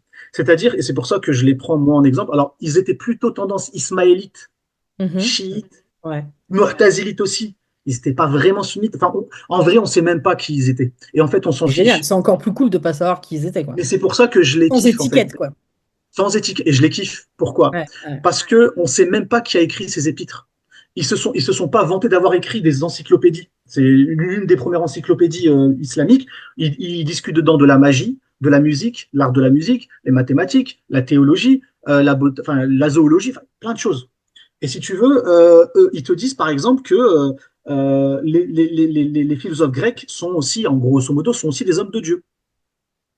Je te prends Averroès, Ibn Rushd, je te prends Al-Suwahardi. Suwahardi, de mémoire, il l'appelait Al-Aflatun Al-Ilahi, le divin Platon. Imagine un musulman qui va dire divin Platon. Tu vois ce que je veux dire? Donc on était dans un autre mood. C'est pour ça qu'il faut quand même voir ce qui s'est passé dans l'histoire. Ouais, Parce que complètement. je te dis encore une fois, le reflet du 21e siècle des musulmans qu'on a aujourd'hui, alors moi le premier, on est encore ignorant de ce qui s'est passé avant. Si je te dis que les premiers hanafites de l'école de l'imam Abu Hanifa, ils ont autorisé certains à lire le Coran en perse pendant la prière. Parce que les premiers convertis perses ne connaissent pas l'arabe. Donc moi, quand je fais la prière, je veux lire le Coran en arabe, je ne peux pas. Donc ils ont dit, on vous fait une dérogation, vous pouvez lire le Coran en perse. Aujourd'hui, moi, je vais voir des musulmans en Chine, je leur dis, bah, vous pouvez lire le Coran en chinois. On va me balancer des sandalettes sur moi. On va me dire, t'es un fou. Le Coran, c'est sacré, c'est en arabe. Tu vois, donc il y a toutes ces choses-là qui ne sont pas connues chez les musulmans, on va dire, du commun en général. Alors, même si Ils cherchent pas, il y a pas, parce que quand je t'écoute toi, je comprends que tu as fait un cheminement, donc tu t'es pas contenté des 3-4 exégètes qu'on nous sort toujours, ah non. Tabari, machin truc, etc. Tu es allé faire quelque part tes propres recherches, comme Oui, visiblement oui, je suis un peu auto. quitte à le faire Alors, le Coran. Mais comment tu t'y es pris? Comment tu as fait en fait? j'ai traversé les courants, c'est ce que je te disais. Mais J'ai comment tu as commencé fait? T'es très tôt. allé, c'est de manière très pragmatique, c'est comment tu as fait les recherches en fait? Tu es allé où? Bah, bon, déjà, il faut un minima, alors je suis pas le meilleur en maîtrise d'arabe, mais il faut un minima quand même savoir lire l'arabe, maîtriser un peu l'arabe. Beaucoup, je pense, de francophones musulmans que tu vois sur les TikTok qui font beaucoup de bruit, à mon avis, ne savent pas forcément bien lire l'arabe, ne maîtrisent pas ces sources-là. Or, pour avoir certains accès au texte, et notamment à ces recherches historiques, il faut avoir au moins accès donc à l'arabe et aussi à l'anglais, parfois même à l'allemand. Si tu fais une recherche sur les Pourquoi il n'y a variantes personne qui propose des traductions en français, justement? Ça pourrait être un truc chez les musulmans francophones. ça commence à être fait. Ça Mm. commence à être fait. Le livre de Jonathan Brown là, sur les hadiths, Ouais. assez Brown, il a été traduit en français par Non, des mais là musulmans. tu me parles de chercheurs islamologues, mais Oui, Oui, oui. Non, mais Sur c'est des important. exégètes en fait qui sont pas Ah oui, connus, pas bien bah, connus, il y ou a, il des y a, il y a- penseurs musulmans qui sont pas bien connus, qui n'auraient pas été traduits. Est-ce qu'il y a ces projets de les j'en- traduire en fait et de les faire connaître en France? oui, il y avait un projet, notamment par exemple, un grand livre qui a été, je crois, de mémoire redécouvert, enfin, était en format manuscrit en 1958, si je me trompe pas, et désolé si je me trompe, qui s'appelait Kitab al-Masahif, le livre des codex de l'imam Ibn Abi Daoud, qui était le fils de l'imam Abu Daoud, le fameux rapporteur de hadith. C'est une référence en hadith. Ouais. Son fils, il a écrit un livre qui s'appelle le livre des codex, qui a été repris, et ceux qui connaissent le projet Corpus Coranicum, par exemple, ou les gens qui travaillent au Collège de France, les islamologues, ils l'utilisent beaucoup en référence parce que c'est une découverte récente. Ça a été traduit en anglais, ce livre-là, et ça n'a pas encore été traduit en français. Moi, c'est à mon grand regret, parce que c'est un livre très, très important. Pourquoi? Parce que ce livre, il montre aux musulmans que oui, il a existé des variantes du Coran, pas comme ils le pensent eux, mais qu'on a eu des termes qui ont changé. Ça, quand on nous a appris depuis petit qu'effectivement, et c'est là on revient un peu à ce qu'on disait sur le salafisme, Mm. que la littéralité, le fait d'être hyper textuel et hyper littéraire, ça n'a aucun sens en fait. Parce que le Coran lui-même, il a subi des variantes. Après, ce que je voulais te dire, c'est que ce livre-là, il n'a pas été traduit en français. Et dans ce livre-là, tu vas trouver des variantes textuelles, notamment du Coran. Donc, si ça a été rapporté dans les 3, 4 premiers siècles de l'islam, ce type d'ouvrage, il n'y avait pas de problème. Personne n'a fait un scandale quand cet ouvrage-là est sorti, si tu veux. Donc aujourd'hui, on l'a mis aux oubliettes. Donc ce qui montre que justement les musulmans, comme tu le dis, ils n'ont pas, je pense, pour la plupart d'entre eux, n'ont pas fait cette démarche d'aller vraiment creuser dans l'héritage, creuser dans l'histoire de l'islam. Après, si Quand je je te fais le rapporte, parallèle avec le christianisme, je te dirais c'était un peu pareil avec le christianisme au départ euh, au départ, jusqu'au concile de Nicée, qui à un moment dit statut sur un truc. Il y avait 20 000 courants chrétiens, les nestoriens, les je sais pas quoi. Il y avait, je sais pas, une dizaine, enfin peut-être pas une dizaine, c'est mais une ça, petite dans toutes les dizaine religions, même de chez les juifs. conceptions, de Mm. conceptions de Jésus. Est-ce qu'il est humain? Est-ce qu'il est divin? Est-ce qu'il est moitié humain, Exactement. moitié divin? Il y en a qui disaient que c'était un simple homme, etc. Il y a des trucs qui ont un peu disparu. Il y a certains courants chrétiens qui ont nourri l'islam, Exact. notamment sur la vision du Christ ou de Marie. Mais ce que je veux dire, c'est que dans cette histoire-là, justement, même du christianisme, bah, il y a des trucs qui ont été abandonnés, en fait, comme dans l'islam, mais sur lesquels ils sont pas revenus, en fait, les chrétiens. Mais l'islam, parce que, oui, parce Tu que, vois, non, mais, mais toi, tu penses à l'inverse, avec les recherches que tu as faites, à l'inverse, des chrétiens, ça pourrait être intéressant de bien s'intéresser à sûr. ce qui s'est écrit, ce qui s'est dit dans les 3, 4 premiers siècles, en fait. Mais pourquoi il y a une position identitaire chez les jeunes musulmans? Pourquoi? Parce que j'ai la conviction qu'ils ne connaissent pas leur héritage. Leur héritage, il n'est pas arabo-musulman.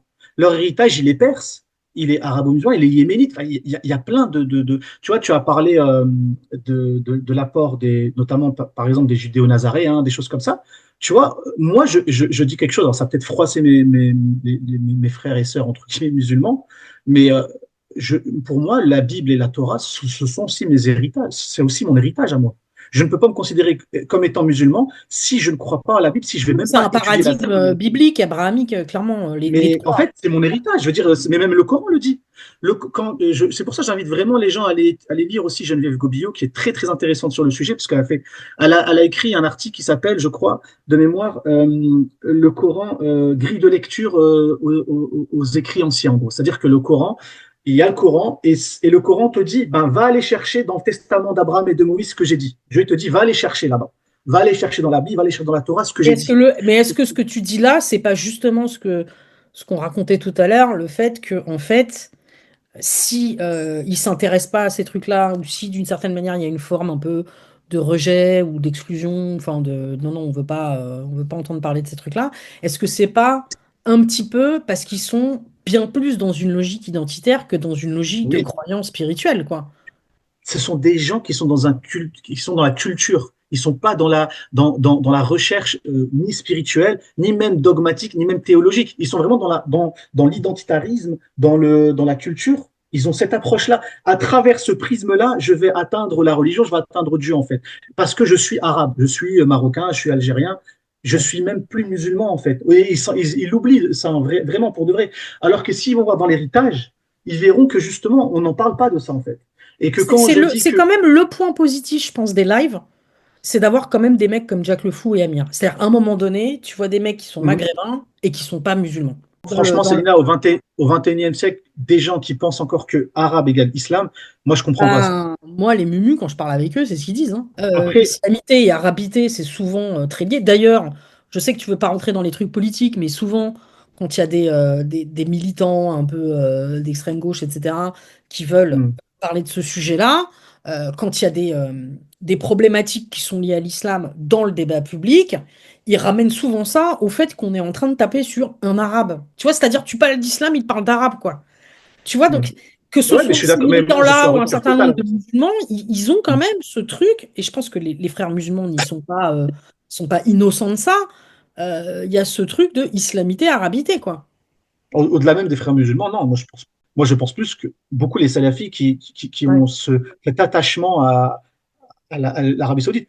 Quand je suis parti en Asie, j'ai vu les musulmans chinois, j'ai été voir les mosquées à Pékin, Hong Kong, Shanghai aussi. Je suis désolé, j'avais l'impression de rentrer dans un temple bouddhiste, hein. Ouais. Pourquoi je dis ça? Parce que justement, l'islam, c'est pas arabe. Enfin, à un moment donné, les gens, il faut qu'ils C'est voyagent, pas en une fait. culture, surtout. C'est pas une À une culture. culture. Ah ouais, c'est pas une C'est donc, à un culture. moment donné, Ouais. il faut vraiment se détacher de ça, et Ouais, ouais. l'histoire apporte ça. L'histoire apporte ça. Effectivement, il y a un problème au niveau sociétal et dans les discussions publiques et dans les discours qu'on a autour de l'islam en France, des uns et des autres, hein, d'ailleurs. Là, je mets tout le monde dans le même paquet. C'est qu'il y a effectivement une forme d'ethnicisation de l'islam, en fait. Moi, je sais que ce que je critique beaucoup, c'est ça, en fait. C'est la volonté d'ethniciser l'islam. C'est comme si l'islam, c'était une ethnie, une culture. Tu vois, alors que c'est une religion qui Avant a tout. plein de courants différents. Il y a des Exact. gens qui sont plutôt progressistes, des gens qui sont plutôt ultra conservateurs. Enfin, dans toutes les religions, Dans c'est toutes les pareil. religions. Très identitaires, il y en a qui sont très mystiques. Enfin, tu as un peu de tout, comme dans Mm. toutes les religions. Après, c'est l'équilibre hein, qui est peut-être encore à améliorer au niveau de l'islam en France. Quand tu dis musulman, Après, en France, autant Salah Abdeslam que Sonia Mabrouk, quoi. À un moment donné, comment tu peux te dire que ces deux-là, c'est la même chose? Enfin, tu vois ce que je veux dire? Ça n'a aucun non, sens mais bien sûr. de vouloir dire Mm. l'islam, c'est une culture ou une ethnie, mais on en parle un peu comme ça. Mais les gens qui parlent comme ça, en tout cas, les Maghrébins, mais les gens, et j'en suis un moi-même, se tirent une balle dans le pied. Ouais. C'est-à-dire qu'on se tire une balle Clairement, réellement dans le pied. clairement, se tirer une Et, balle. et ça, c'est quelque chose que. Mais je suis pas le seul à le penser, c'est juste que tu les entends pas sur Internet. Beaucoup de musulmans, arabo-musulmans, maghrébins, disent non, non, non, moi je suis arabe. Je suis arabe par ma culture, mais je suis musulman et je fais bien le distinguo entre ma religion et mon ethnie. Et aujourd'hui, l'islam, ce n'est pas une identité ethnique, raciale ou je ne sais qu'est-ce. C'est ma foi, c'est mon lien avec le divin, c'est mon lien même avec les gens, mais dans le sens où ça doit m'apporter une ouverture et le fait d'être en harmonie avec les gens qui m'entourent, plus que une fracture, et plus que. D'ailleurs, Geneviève Gobillot disait une phrase qui était belle, je trouvais. Elle disait le Coran, c'est le rejet de tout exclusivisme religieux. Et je le pense réellement après lecture et après moult lecture aussi, c'est que effectivement. Tu parlais tout à l'heure, toi-même tu l'as dit, tu vois, tu as dit que à la base il y avait une sorte d'universalité de l'islam, etc. Et c'est vrai. Tu Ouais, vois, que tout à j'ai eu l'heure la j'ai parlé. sensation que un des projets exprimés par le prophète de l'islam, c'était de sortir les Arabes du tribalisme. Mais c'était ça la C'était base. l'allégeance à une tribu, machin, et lui, c'était en gros, bah non, on est tous des croyants, en fait, dans le sens, il y C'est avait une ça. forme de fraternité et de proto-universalisme, dans le sens, peu importe la tribu à laquelle tu appartiens, on est frères, entre guillemets, dans la croyance en Dieu, quoi.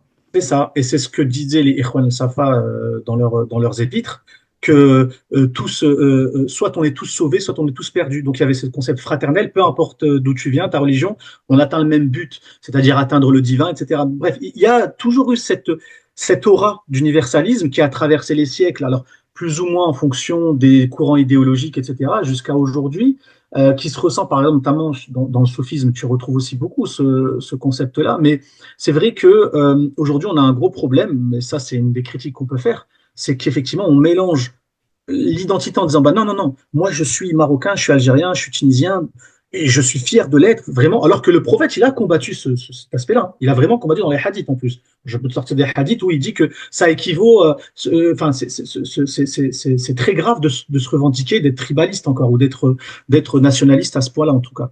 Et donc effectivement Ouais, d'être fier ça d'un truc que existe. tu n'as même pas choisi, en plus. et d'être fier de quelque chose que tu ne connais même pas. Combien se disent d'être fiers marocains, algériens, ils connaissent même pas bien le pays d'origine de leurs parents, tu vois. Donc ils sont même beaucoup plus français en prenant leur bol de céréales devant le club Dorothée à TF1 à l'époque. Moi j'ai connu, enfin, c'est mon enfance. Je veux dire, à un moment donné, on a tous connu ça. Donc je veux dire, à un moment donné, c'est ça aussi la différence. Après, pour revenir à ce que je disais sur parce que pour revenir sur l'histoire et la littéralité, parce que pour moi c'est important en tout cas de le dire. C'est vraiment que tout à l'heure, tu vois, tu parlais du Coran créé, incréé. Je reviens sur cette notion-là parce que je pense que un des points de déblocage, ça va être quelle position tu as toi en tant que musulman vis-à-vis du Coran, vis-à-vis des textes. Ouais, ouais, ouais, En fait, ouais. c'est juste ça. C'est qu'est-ce que je fais vis-à-vis d'un texte. Quand j'ai un texte, un verset, un hadith, qu'est-ce que je fais avec ça? Et je pense que le nœud du problème, parfois, il est là. Tu vas avoir des gens qui sont hyper identitaires, ils se disent pieux, etc. Et ils vont appliquer absolument le texte à la lettre. Donc, beaucoup les salafis, etc. Et ils vont pas voir ce que a dit l'héritage de l'histoire, l'héritage de l'islam. Le problème, c'est que s'ils vont voir dans l'héritage de l'islam, ils vont se rendre compte qu'il y a pléthore d'explications. Je peux avoir du blanc et du noir. Je peux avoir du gris, je peux avoir du rose. Comment je fais maintenant? Ouais, et la Est-ce question, c'est que du coup, quel est leur projet, leur envie, tu vois, si je parle par rapport à la société française, est-ce que leur envie, c'est de faire corps avec la communauté nationale, ou si est-ce que c'est de se distinguer de la communauté nationale? Moi, quand j'écoute Tarek Oubrou, moi j'aime beaucoup Tarek Oubrou, je trouve qu'il fait un travail qui est dans cette quête-là, en fait, bien sûr. d'acculturation, d'assimilation dans le Mais corps Mohamed Bajafil, il voulait français, le en faire fait. aussi. Hein. Mohamed Bajafil, c'est ce qu'il devait Ouais, faire aussi. je connais moins ce qu'il dit. Quand il faisait des interventions télévisées, il s'est fait vraiment démonter par tous nos coreligionnaires. Vraiment. Tu vas Ouais, et voir le les pire, c'est que commentaires de en l'autre dessous. côté, tu as des laïcs un peu vénères qui le traitaient encore de frère musulman. Mais C'est c'est mais vrai c'est qu'il ça y a le eu, il y a eu pire. ce truc C'est avec ça le pire. Al-Qaradawi, quoi, quand même, hein, mais bon. Qaradawi, c'est quelqu'un qui est dans les pays arabes, il n'a rien à voir avec la France. Donc moi, déjà, il faut m'expliquer comment tu prends des fatwas qui viennent des pays étrangers, tu les appliques à la France. Ça n'a aucun sens. Non, mais Et ça, ils étaient et ça, là-dedans, les mecs, hein, à un moment donné, ces oui, mecs-là, c'est pour ça. C'est pour ça que etc. ça n'a absolument. Ils le ça n'a- trouvaient cool, Al-Qaradawi. on a, on a des imams en France qui ont tout à fait le bagage pour émettre des fatwas qui conviennent à la société française. On en a aujourd'hui. Il y avait Ah le ouais? projet, On connaît, mais toi? bien sûr, on avait.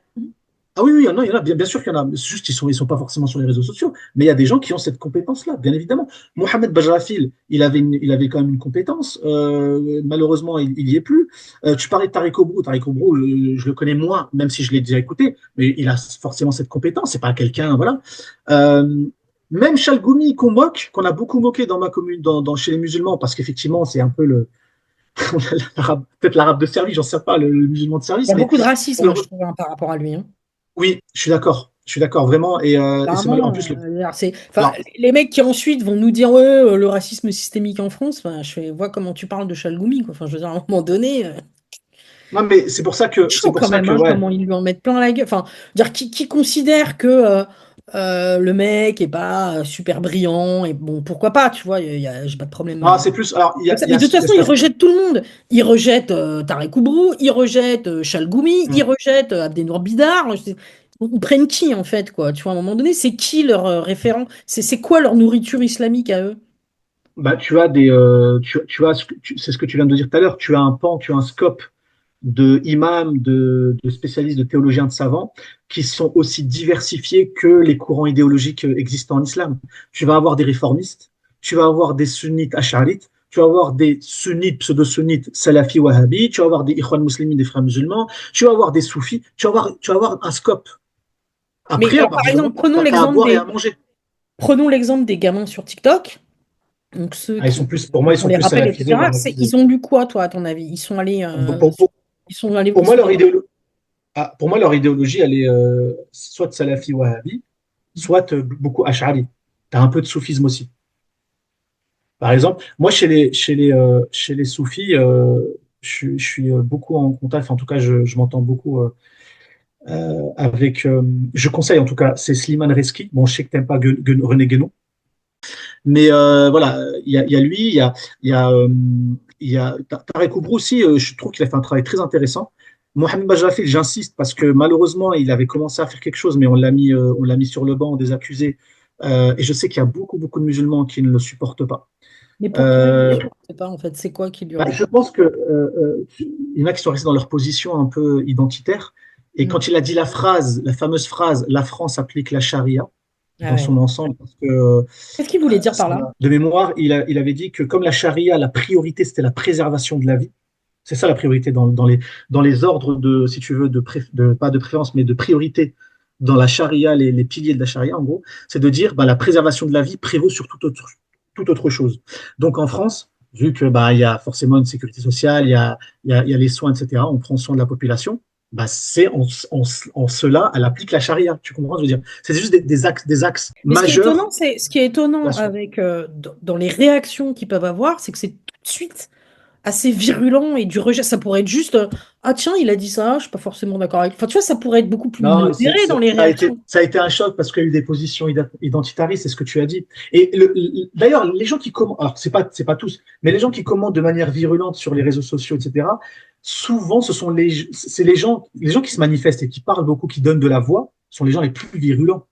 Donc, c'est les gens qui, dans leur fort intérieur, ils avaient déjà une posture identitaire à la base. Ouais.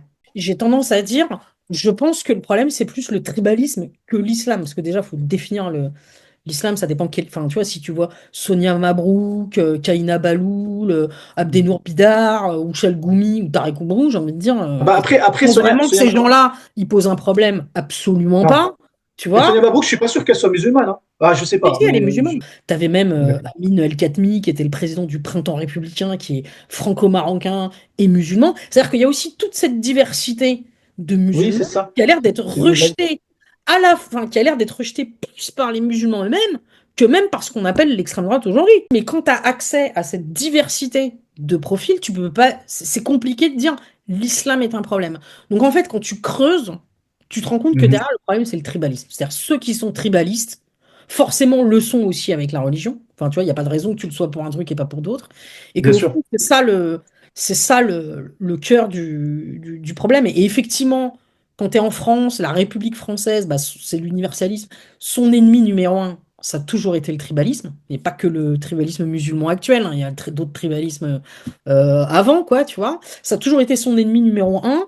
Et je me dis, bah ouais, quand j'écoute un mec comme Tarek Oubrou, par exemple, quand je lis ce qu'il écrit, je me dis, j'ai l'impression que le mec, ce qu'il a compris, fondamentalement, c'est ça, en fait. C'est-à-dire qu'il faut, pour lui, qu'il y ait un islam qui soit en harmonie, en fait, avec la culture française.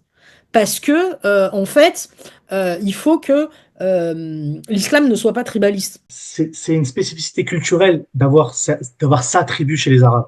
Moi-même, je peux te citer mes ancêtres arabes.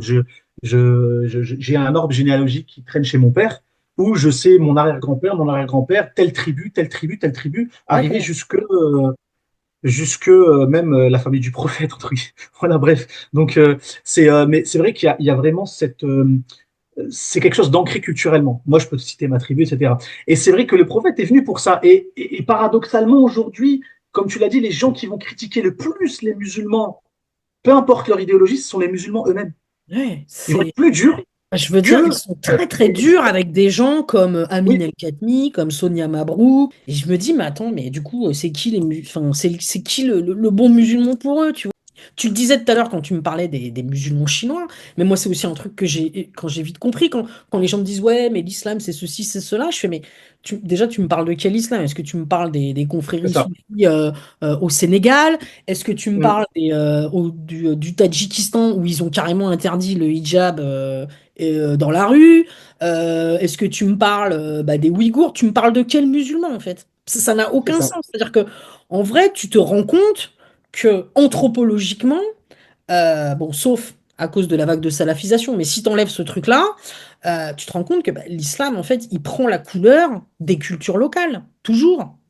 Enfin, je veux Oui, dire, mais le faut pas... catholicisme en France n'est pas le même que le Mm. catholicisme au Mexique. Je peux en parler, tu vois. Ouais, T'as ouais, bien sûr. l'impression que c'est deux religions complètement De différentes. religions différentes. Ouais, tout à Ouais, fait. Quand les gens critiquent, tu vois, tu parlais des musulmans type Kaina Bahloul ou ceux un peu qui sont Abdenour Bidar, etc., Tarek Obro, qui sont critiqués, etc.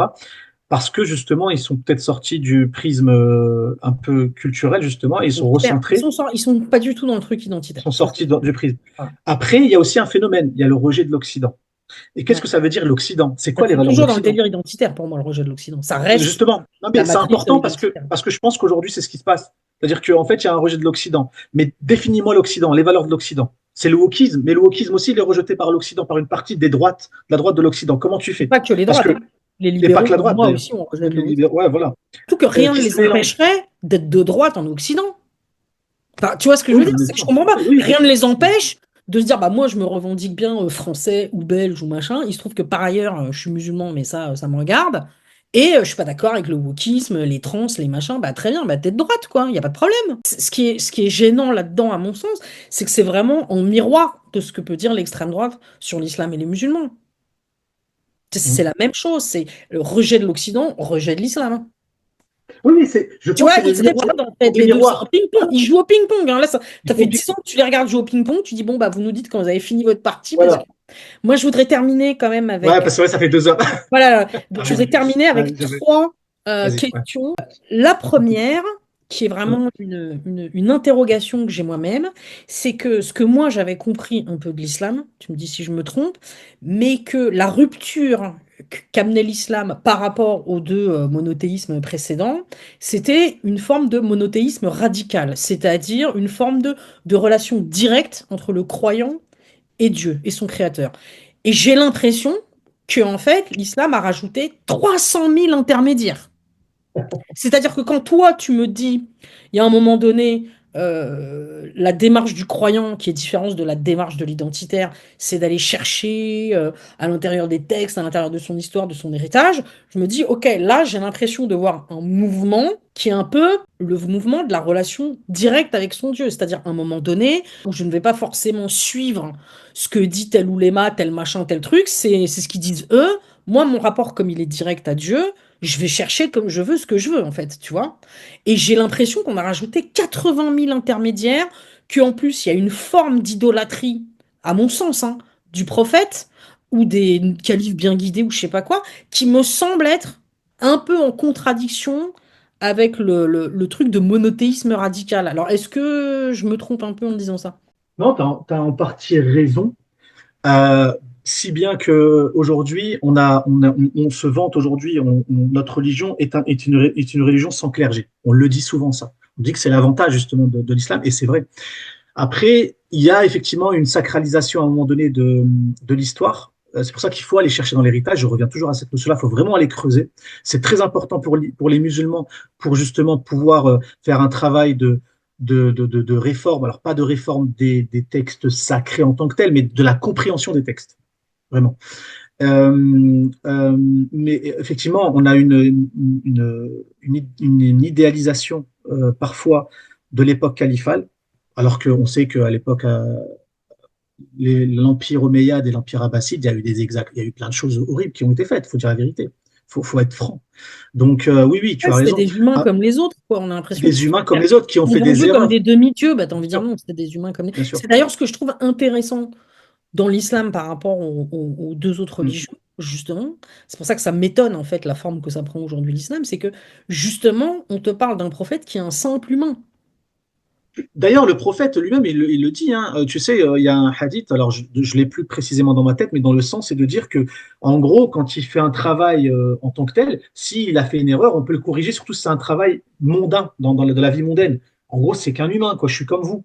D'ailleurs, il dit lui-même, je sais pas ce qui va devenir de moi. Donc oui, oui, mais par contre, ça reste quand même un élu de Dieu, au même titre que Jésus, que Moïse, que Abraham, etc. Donc ça Oui, reste un élu de Dieu, un oui. prophète. Oui, c'est quoi? Non, t'as mis un bémol, t'as mis une hésitation. Bah, c'est-à-dire, Jésus, on considère que c'est le fils de Dieu dans le, Non, dans le, dans le non, je parle pour les christianisme. musulmans. Ah, je Oui, parle le mais dans Jésus, le l'islam. Je christianisme, parle pas oui. le Mais Jésus. ce que je te Oui. dis, c'est ça la différence, je trouve, avec les autres. Euh, Hmm. c'est que, bon, tu vois, tu as quand même Moïse qui coupe la mer en deux, enfin, il fait des trucs extraordinaires, tu vois, qu'aucun être humain ne peut faire. Jésus, c'est le Fils de Dieu, il fait des trucs extraordinaires qu'aucun humain peut faire. Et tu arrives dans l'islam, il y a un truc, à mon sens, qui se rapproche un peu de ce qui, moi, m'intéresse. Moi, je m'intéresse pas mal au bouddhisme. C'est Hmm. qu'on a un simple humain, en fait, qui dit des Oui. trucs, empreint de sagesse, ce que tu veux, enfin, tu vois, spirituel et Hmm. tout. Et pour moi, c'est intéressant le côté purement humain, en fait. En fait, ce que je trouve étonnant, enfin, ce que je trouve dommage, c'est qu'effectivement, on pourrait dire que bah, le Bouddha, en fait, c'était aussi l'homme le plus. C'est pas ce qui est dit dans le bouddhisme, tu vois, c'est-à-dire qu'on retient son enseignement et en fait, tu peux toi-même devenir ce que lui, il a fait, en fait. Tu vois, c'est-à-dire qu'il y a une question, Mais chez il y a nous une aussi, forme de hein, grande humilité, ouais. où effectivement tu retiens ses enseignements quelque part. Bon, bah, c'était quelqu'un qui était peut-être un peu plus intelligent que les autres à son époque, mais c'est pas ce que vont retenir les bouddhistes. Tu vois, ils vont pas passer leur journée à dire, oh là là, le Bouddha, machin, il était meilleur que tout le monde. Enfin, tu vois, il y a ce truc un peu chez certains musulmans qui m'a toujours un peu perturbé parce que pour moi, c'est là que qu'il n'y a plus de spiritualité en fait. En fait, c'est parce que, Quand on est groupie, c'est des groupies du prophète en fait, tu vois un peu. Tu vois ce en que je veux fait, dire? non, Un c'est peu parce côté que groupie quoi. ouais, mais toi, tu parles des musulmans qui sont à suivre l'exemple, à la trace du comportement du prophète. En fait, il y a deux typologies dans le rapport au prophète en islam aussi, faut le savoir. Ah d'accord. Oui, ouais, il y a ce qu'on appelle l'esprit mohammadien, le nour mohammadi, la lumière de Mohammed qui est un peu sacro-sainte quand même en islam. C'est-à-dire que pas dans le comportement forcément mondain. Bien sûr qu'on a la latitude, on a tous être humain et le prophète est un être humain. Il avait des besoins humains. Celui qui le divinise, c'est interdit en islam. Donc on ne peut pas le diviniser, le prophète, au même titre qu'on ne peut pas diviniser Jésus, etc. Par contre, sur l'aspect purement théologique, religieux et son rapport au Coran qui a été révélé à lui par l'ange Gabriel de Dieu, etc., oui, en soi, c'est le meilleur des hommes dans ce scope-là, si tu veux. Donc à un moment donné, il n'est pas forcément le meilleur des hommes dans la vie de tous les jours. Aujourd'hui, le prophète Mohammed, au XXIe siècle, un médecin, il a plus de connaissances dans la médecine que le prophète. Oui, oui, je comprends. Tu comprends Mais ce que je je veux trouve dire? quand même étonnant. Moi, c'est quelque Donc chose c'est, qui m'a. Si tu veux, il y a deux manières de voir. C'est-à-dire qu'effectivement, moi, je pourrais te raconter l'histoire du prophète ou des débuts de l'islam dans quelque chose de très.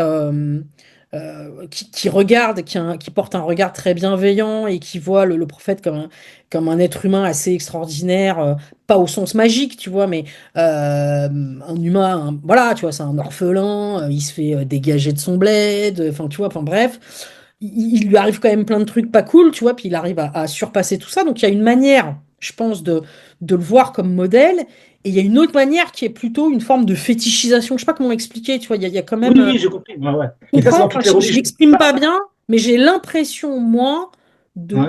de ce que je perçois, qu'il y a plus une forme Hmm. de fétichisation du prophète que véritablement d'imprégnation de ce qui a pu faire de lui quelqu'un de si particulier à son Ah, époque, en fait, tu vois? ouais, mais C'est je peux la comprendre parce que là, cette fétichisation vient que certains musulmans prennent l'exemple du prophète de manière superficielle sur les actes mondains de la vie, mais pas sur l'esprit ouais, de c'est ce ça. qu'avait le prophète. Mm. Moi, je dis souvent à mes coreligionnaires, je leur dis, la première sunna, dans ce qu'on appelle la sunna, c'est la tradition du prophète, c'est pas dormir sur le côté droit quand tu dors ou de manger de la main droite. Ça, c'est superficiel. La première sunna, elle, dans le Coran, c'est je ne t'ai envoyé, alors je vais pas citer le verset en arabe, mais en gros, c'est je ne t'ai envoyé au prophète uniquement par miséricorde pour les mondes. Donc, en fait, si ça s'applique à lui, ce texte-là, il s'applique à nous. Donc, notre première sunna à nous, c'est d'être envoyé aux gens par miséricorde. Donc, être dans le partage, dans l'ouverture. Et ça rejoint l'universalisme. Donc, il y a tout un pan, une sunna comportementale, spirituelle, vraiment intrinsèque, propre à la personne, et tu l'as bien dit, on doit être habité par ces valeurs. C'est Au-delà ça, même voilà, c'est d'être. ça. Il y a une différence entre Ça, être on se rejoint, fasciné bien par un sûr. truc et fétichiser le truc, en fait. Exactement. Sur ça, Donc, on se rejoint, bien sûr. Bien sûr. Ouais. la deuxième question que j'avais, c'était Heureusement qu'elle a été courte la réponse. La deuxième question que j'avais, c'était comment tu penses qu'on peut développer l'approche historico-critique auprès des jeunes musulmans francophones, particulièrement Oula, bah, en France. Parce que... moi, personnellement, je le fais à mon petit niveau de rien du tout, Mhm. parce que je pense qu'il est important. Là, il y a Ismaël Mounir, alors je suis pas toujours d'accord avec lui aussi, parce que je pense qu'il est trop dans le business, et vraiment, enfin, bon, c'est pas le critique, c'est pas le but de le critiquer, mais il a sorti une vidéo sur, je crois que c'était quoi ce titre, tu l'avais aussi, je sais plus ce quoi son titre, mais bref, il a sorti une vidéo où il revenait sur l'histoire de l'islam et certaines fabrications qu'il y a eu au sein de l'islam. Et donc il commençait à aborder des aspects historico-critiques de l'islam. Effectivement, ce qui va être salvateur pour aujourd'hui les musulmans, c'est ça, c'est l'approche historico-critique couplée à la recherche historique purement des idéologies de l'islam, c'est-à-dire revenir aux sources primaires, les anciens textes, les anciens manuscrits, c'est très important. Les ouvrages qui ne sont pas connus en France, dont j'ai cité tout à l'heure, par exemple, l'exemple du Kitab al-Masahif, et d'autres, hein, il n'y a pas que lui-là. il y a l'imam Al-Farra, enfin bref, il y en a d'autres, je ne vais pas tous les citer, c'est pas le but, mais il y a pléthore d'ouvrages, de manuscrits qui ont été produits, y compris par les savants musulmans eux-mêmes des premiers siècles, qui ne sont pas connus par les musulmans Mm. d'aujourd'hui. Non seulement il y a cet aspect-là, donc c'est l'approche historique des sources musulmanes, mais il y a l'approche historico-critique, notamment avec certains islamologues. Moi, personnellement, je suis en train de lire la thèse de doctorat de Hassan Shahdi du Collège de France. Donc là, je te partage l'écran et tu vois, c'est ça que je Moushaf. suis en Alors, train c'est de lire. quoi le Moushaf? Tu peux me donner le... Mus'haf, c'est le codex, c'est le Coran. D'accord. Le Coran, dans les débuts de l'islam, recherche sur sa constitution et étude comparative de manuscrits coraniques anciens et de traités de qira'at, rasm et fawasil. Ah, Ok, je François parle. Desroches. Intéressant. Ouais, donc oui, voilà, c'était son thèse, son maître de, enfin, voilà, ce qu'il a Il passé est la quoi? Il est thèse. français, Hassan Chadi, ou il est... Ouais, il est en France. Tu trouves ses conférences sur D'accord. YouTube Ah, au Collège de d'accord. France. Il est lui-même musulman et il a eu lui-même. Alors lui, il a les deux casquettes, hein. Il a été spécialiste. Il a eu même ce qu'on appelle une ijaza, c'est-à-dire une licence en islam. Il me semble à l'université de Médine, carrément, donc à l'Arabie Saoudite. Donc c'est quasiment un savant, un imam. Enfin, presque, on va dire. En tout cas, il connaît très bien son sujet. Et en même temps, il a l'approche islamologue des recherches, de la démarche scientifique, des sciences humaines, etc. Et il est très, très intéressant, Hassan Shahdi, même si je sais que beaucoup des musulmans, même des imams, ne sont pas d'accord avec lui et ne supportent pas. Mais je pense que, voilà. Mais il est intéressant. Il est intéressant. Et il y a aussi un autre site que j'invite à aller voir. Ça aussi, tu pourras le montrer. J'ai été en contact avec le chef de projet qui s'appelle Michael Marx en Allemagne, qui est chef de projet du projet Corpus Coranicum. Corpus Euh, Coranicum. Ah ouais, d'accord. Point DE. le D'accord. chef de projet qui s'appelle Michael Marx, il est abordable, il a un mail. Tu vois, docteur Michael Marx ici, là.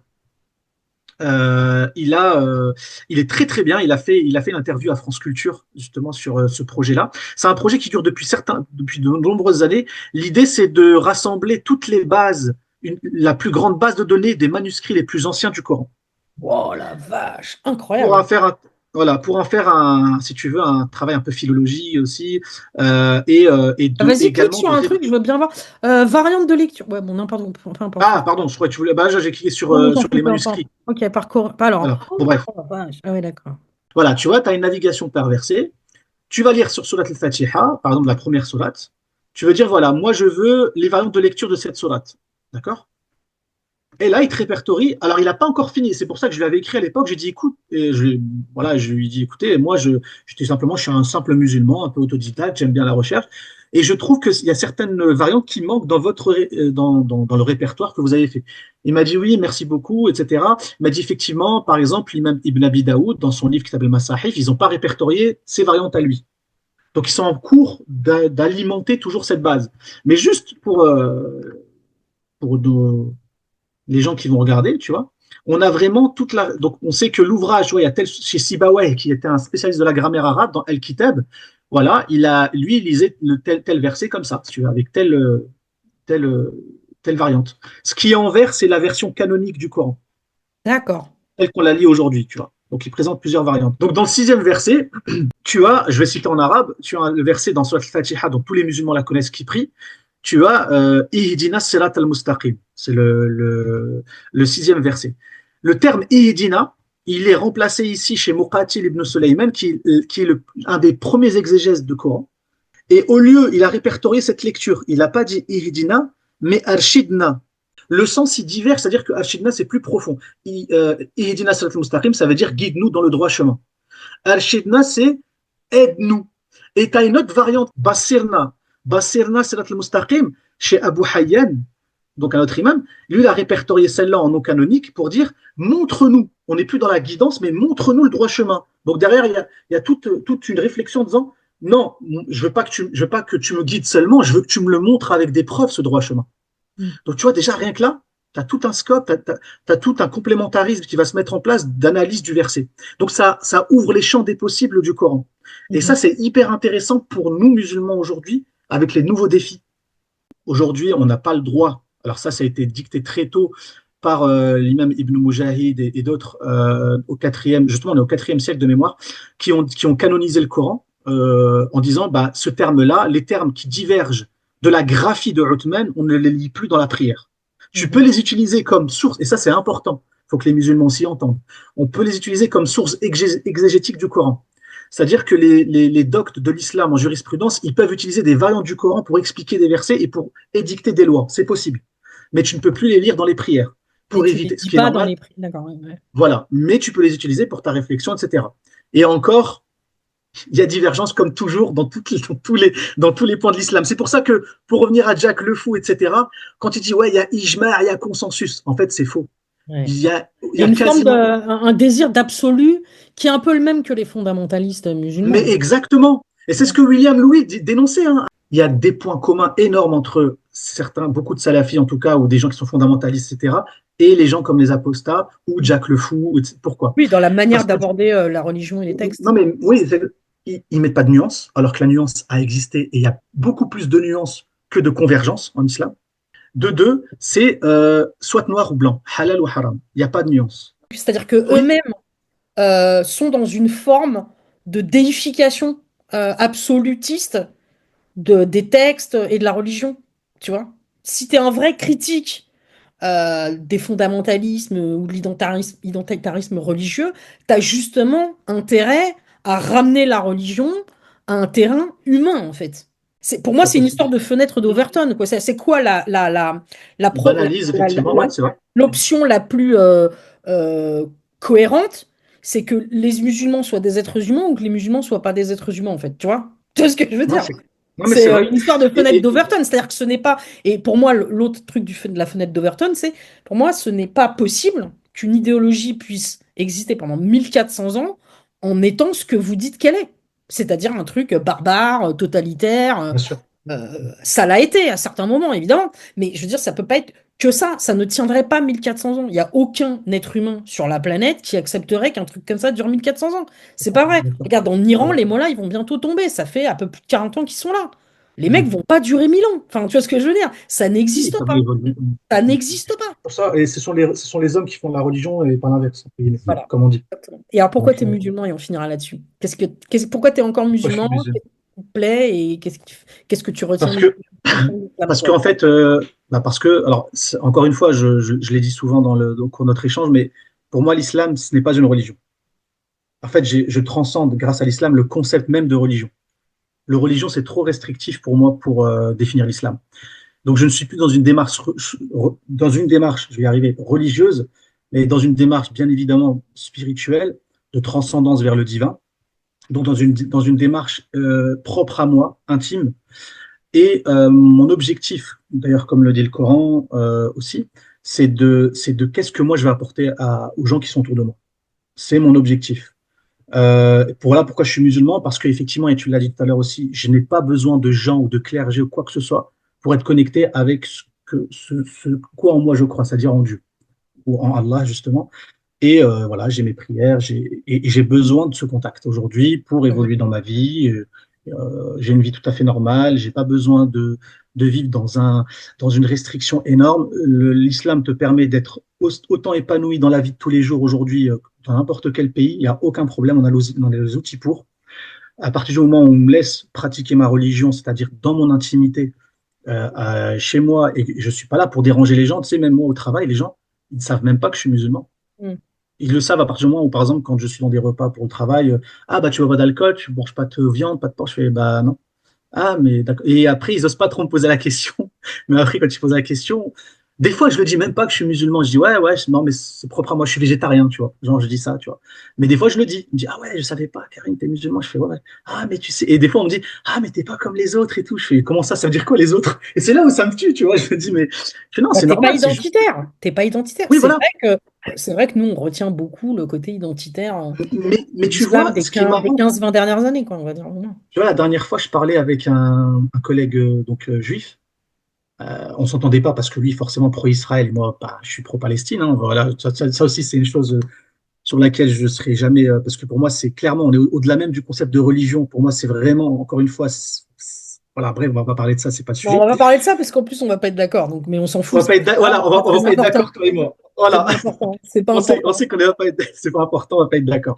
Mais voilà, je parlais avec lui, et même malgré le fait, justement, encore une fois, on n'était pas d'accord sur la question, il m'a dit, mais Karim, tu sais, je peux discuter avec toi, c'est ça la différence. Ouais. on peut discuter, il n'y a pas d'insultes, il n'y a pas de ouais, C'est ça le principal. C'est pas grave c'est le d'être en principal. super désaccord, tu vois. Voilà. Tu sais, moi, il y a plein de gens Donc, avec qui je suis pas, enfin, c'est plein de gens avec qui je suis pas du tout d'accord sur plein de trucs.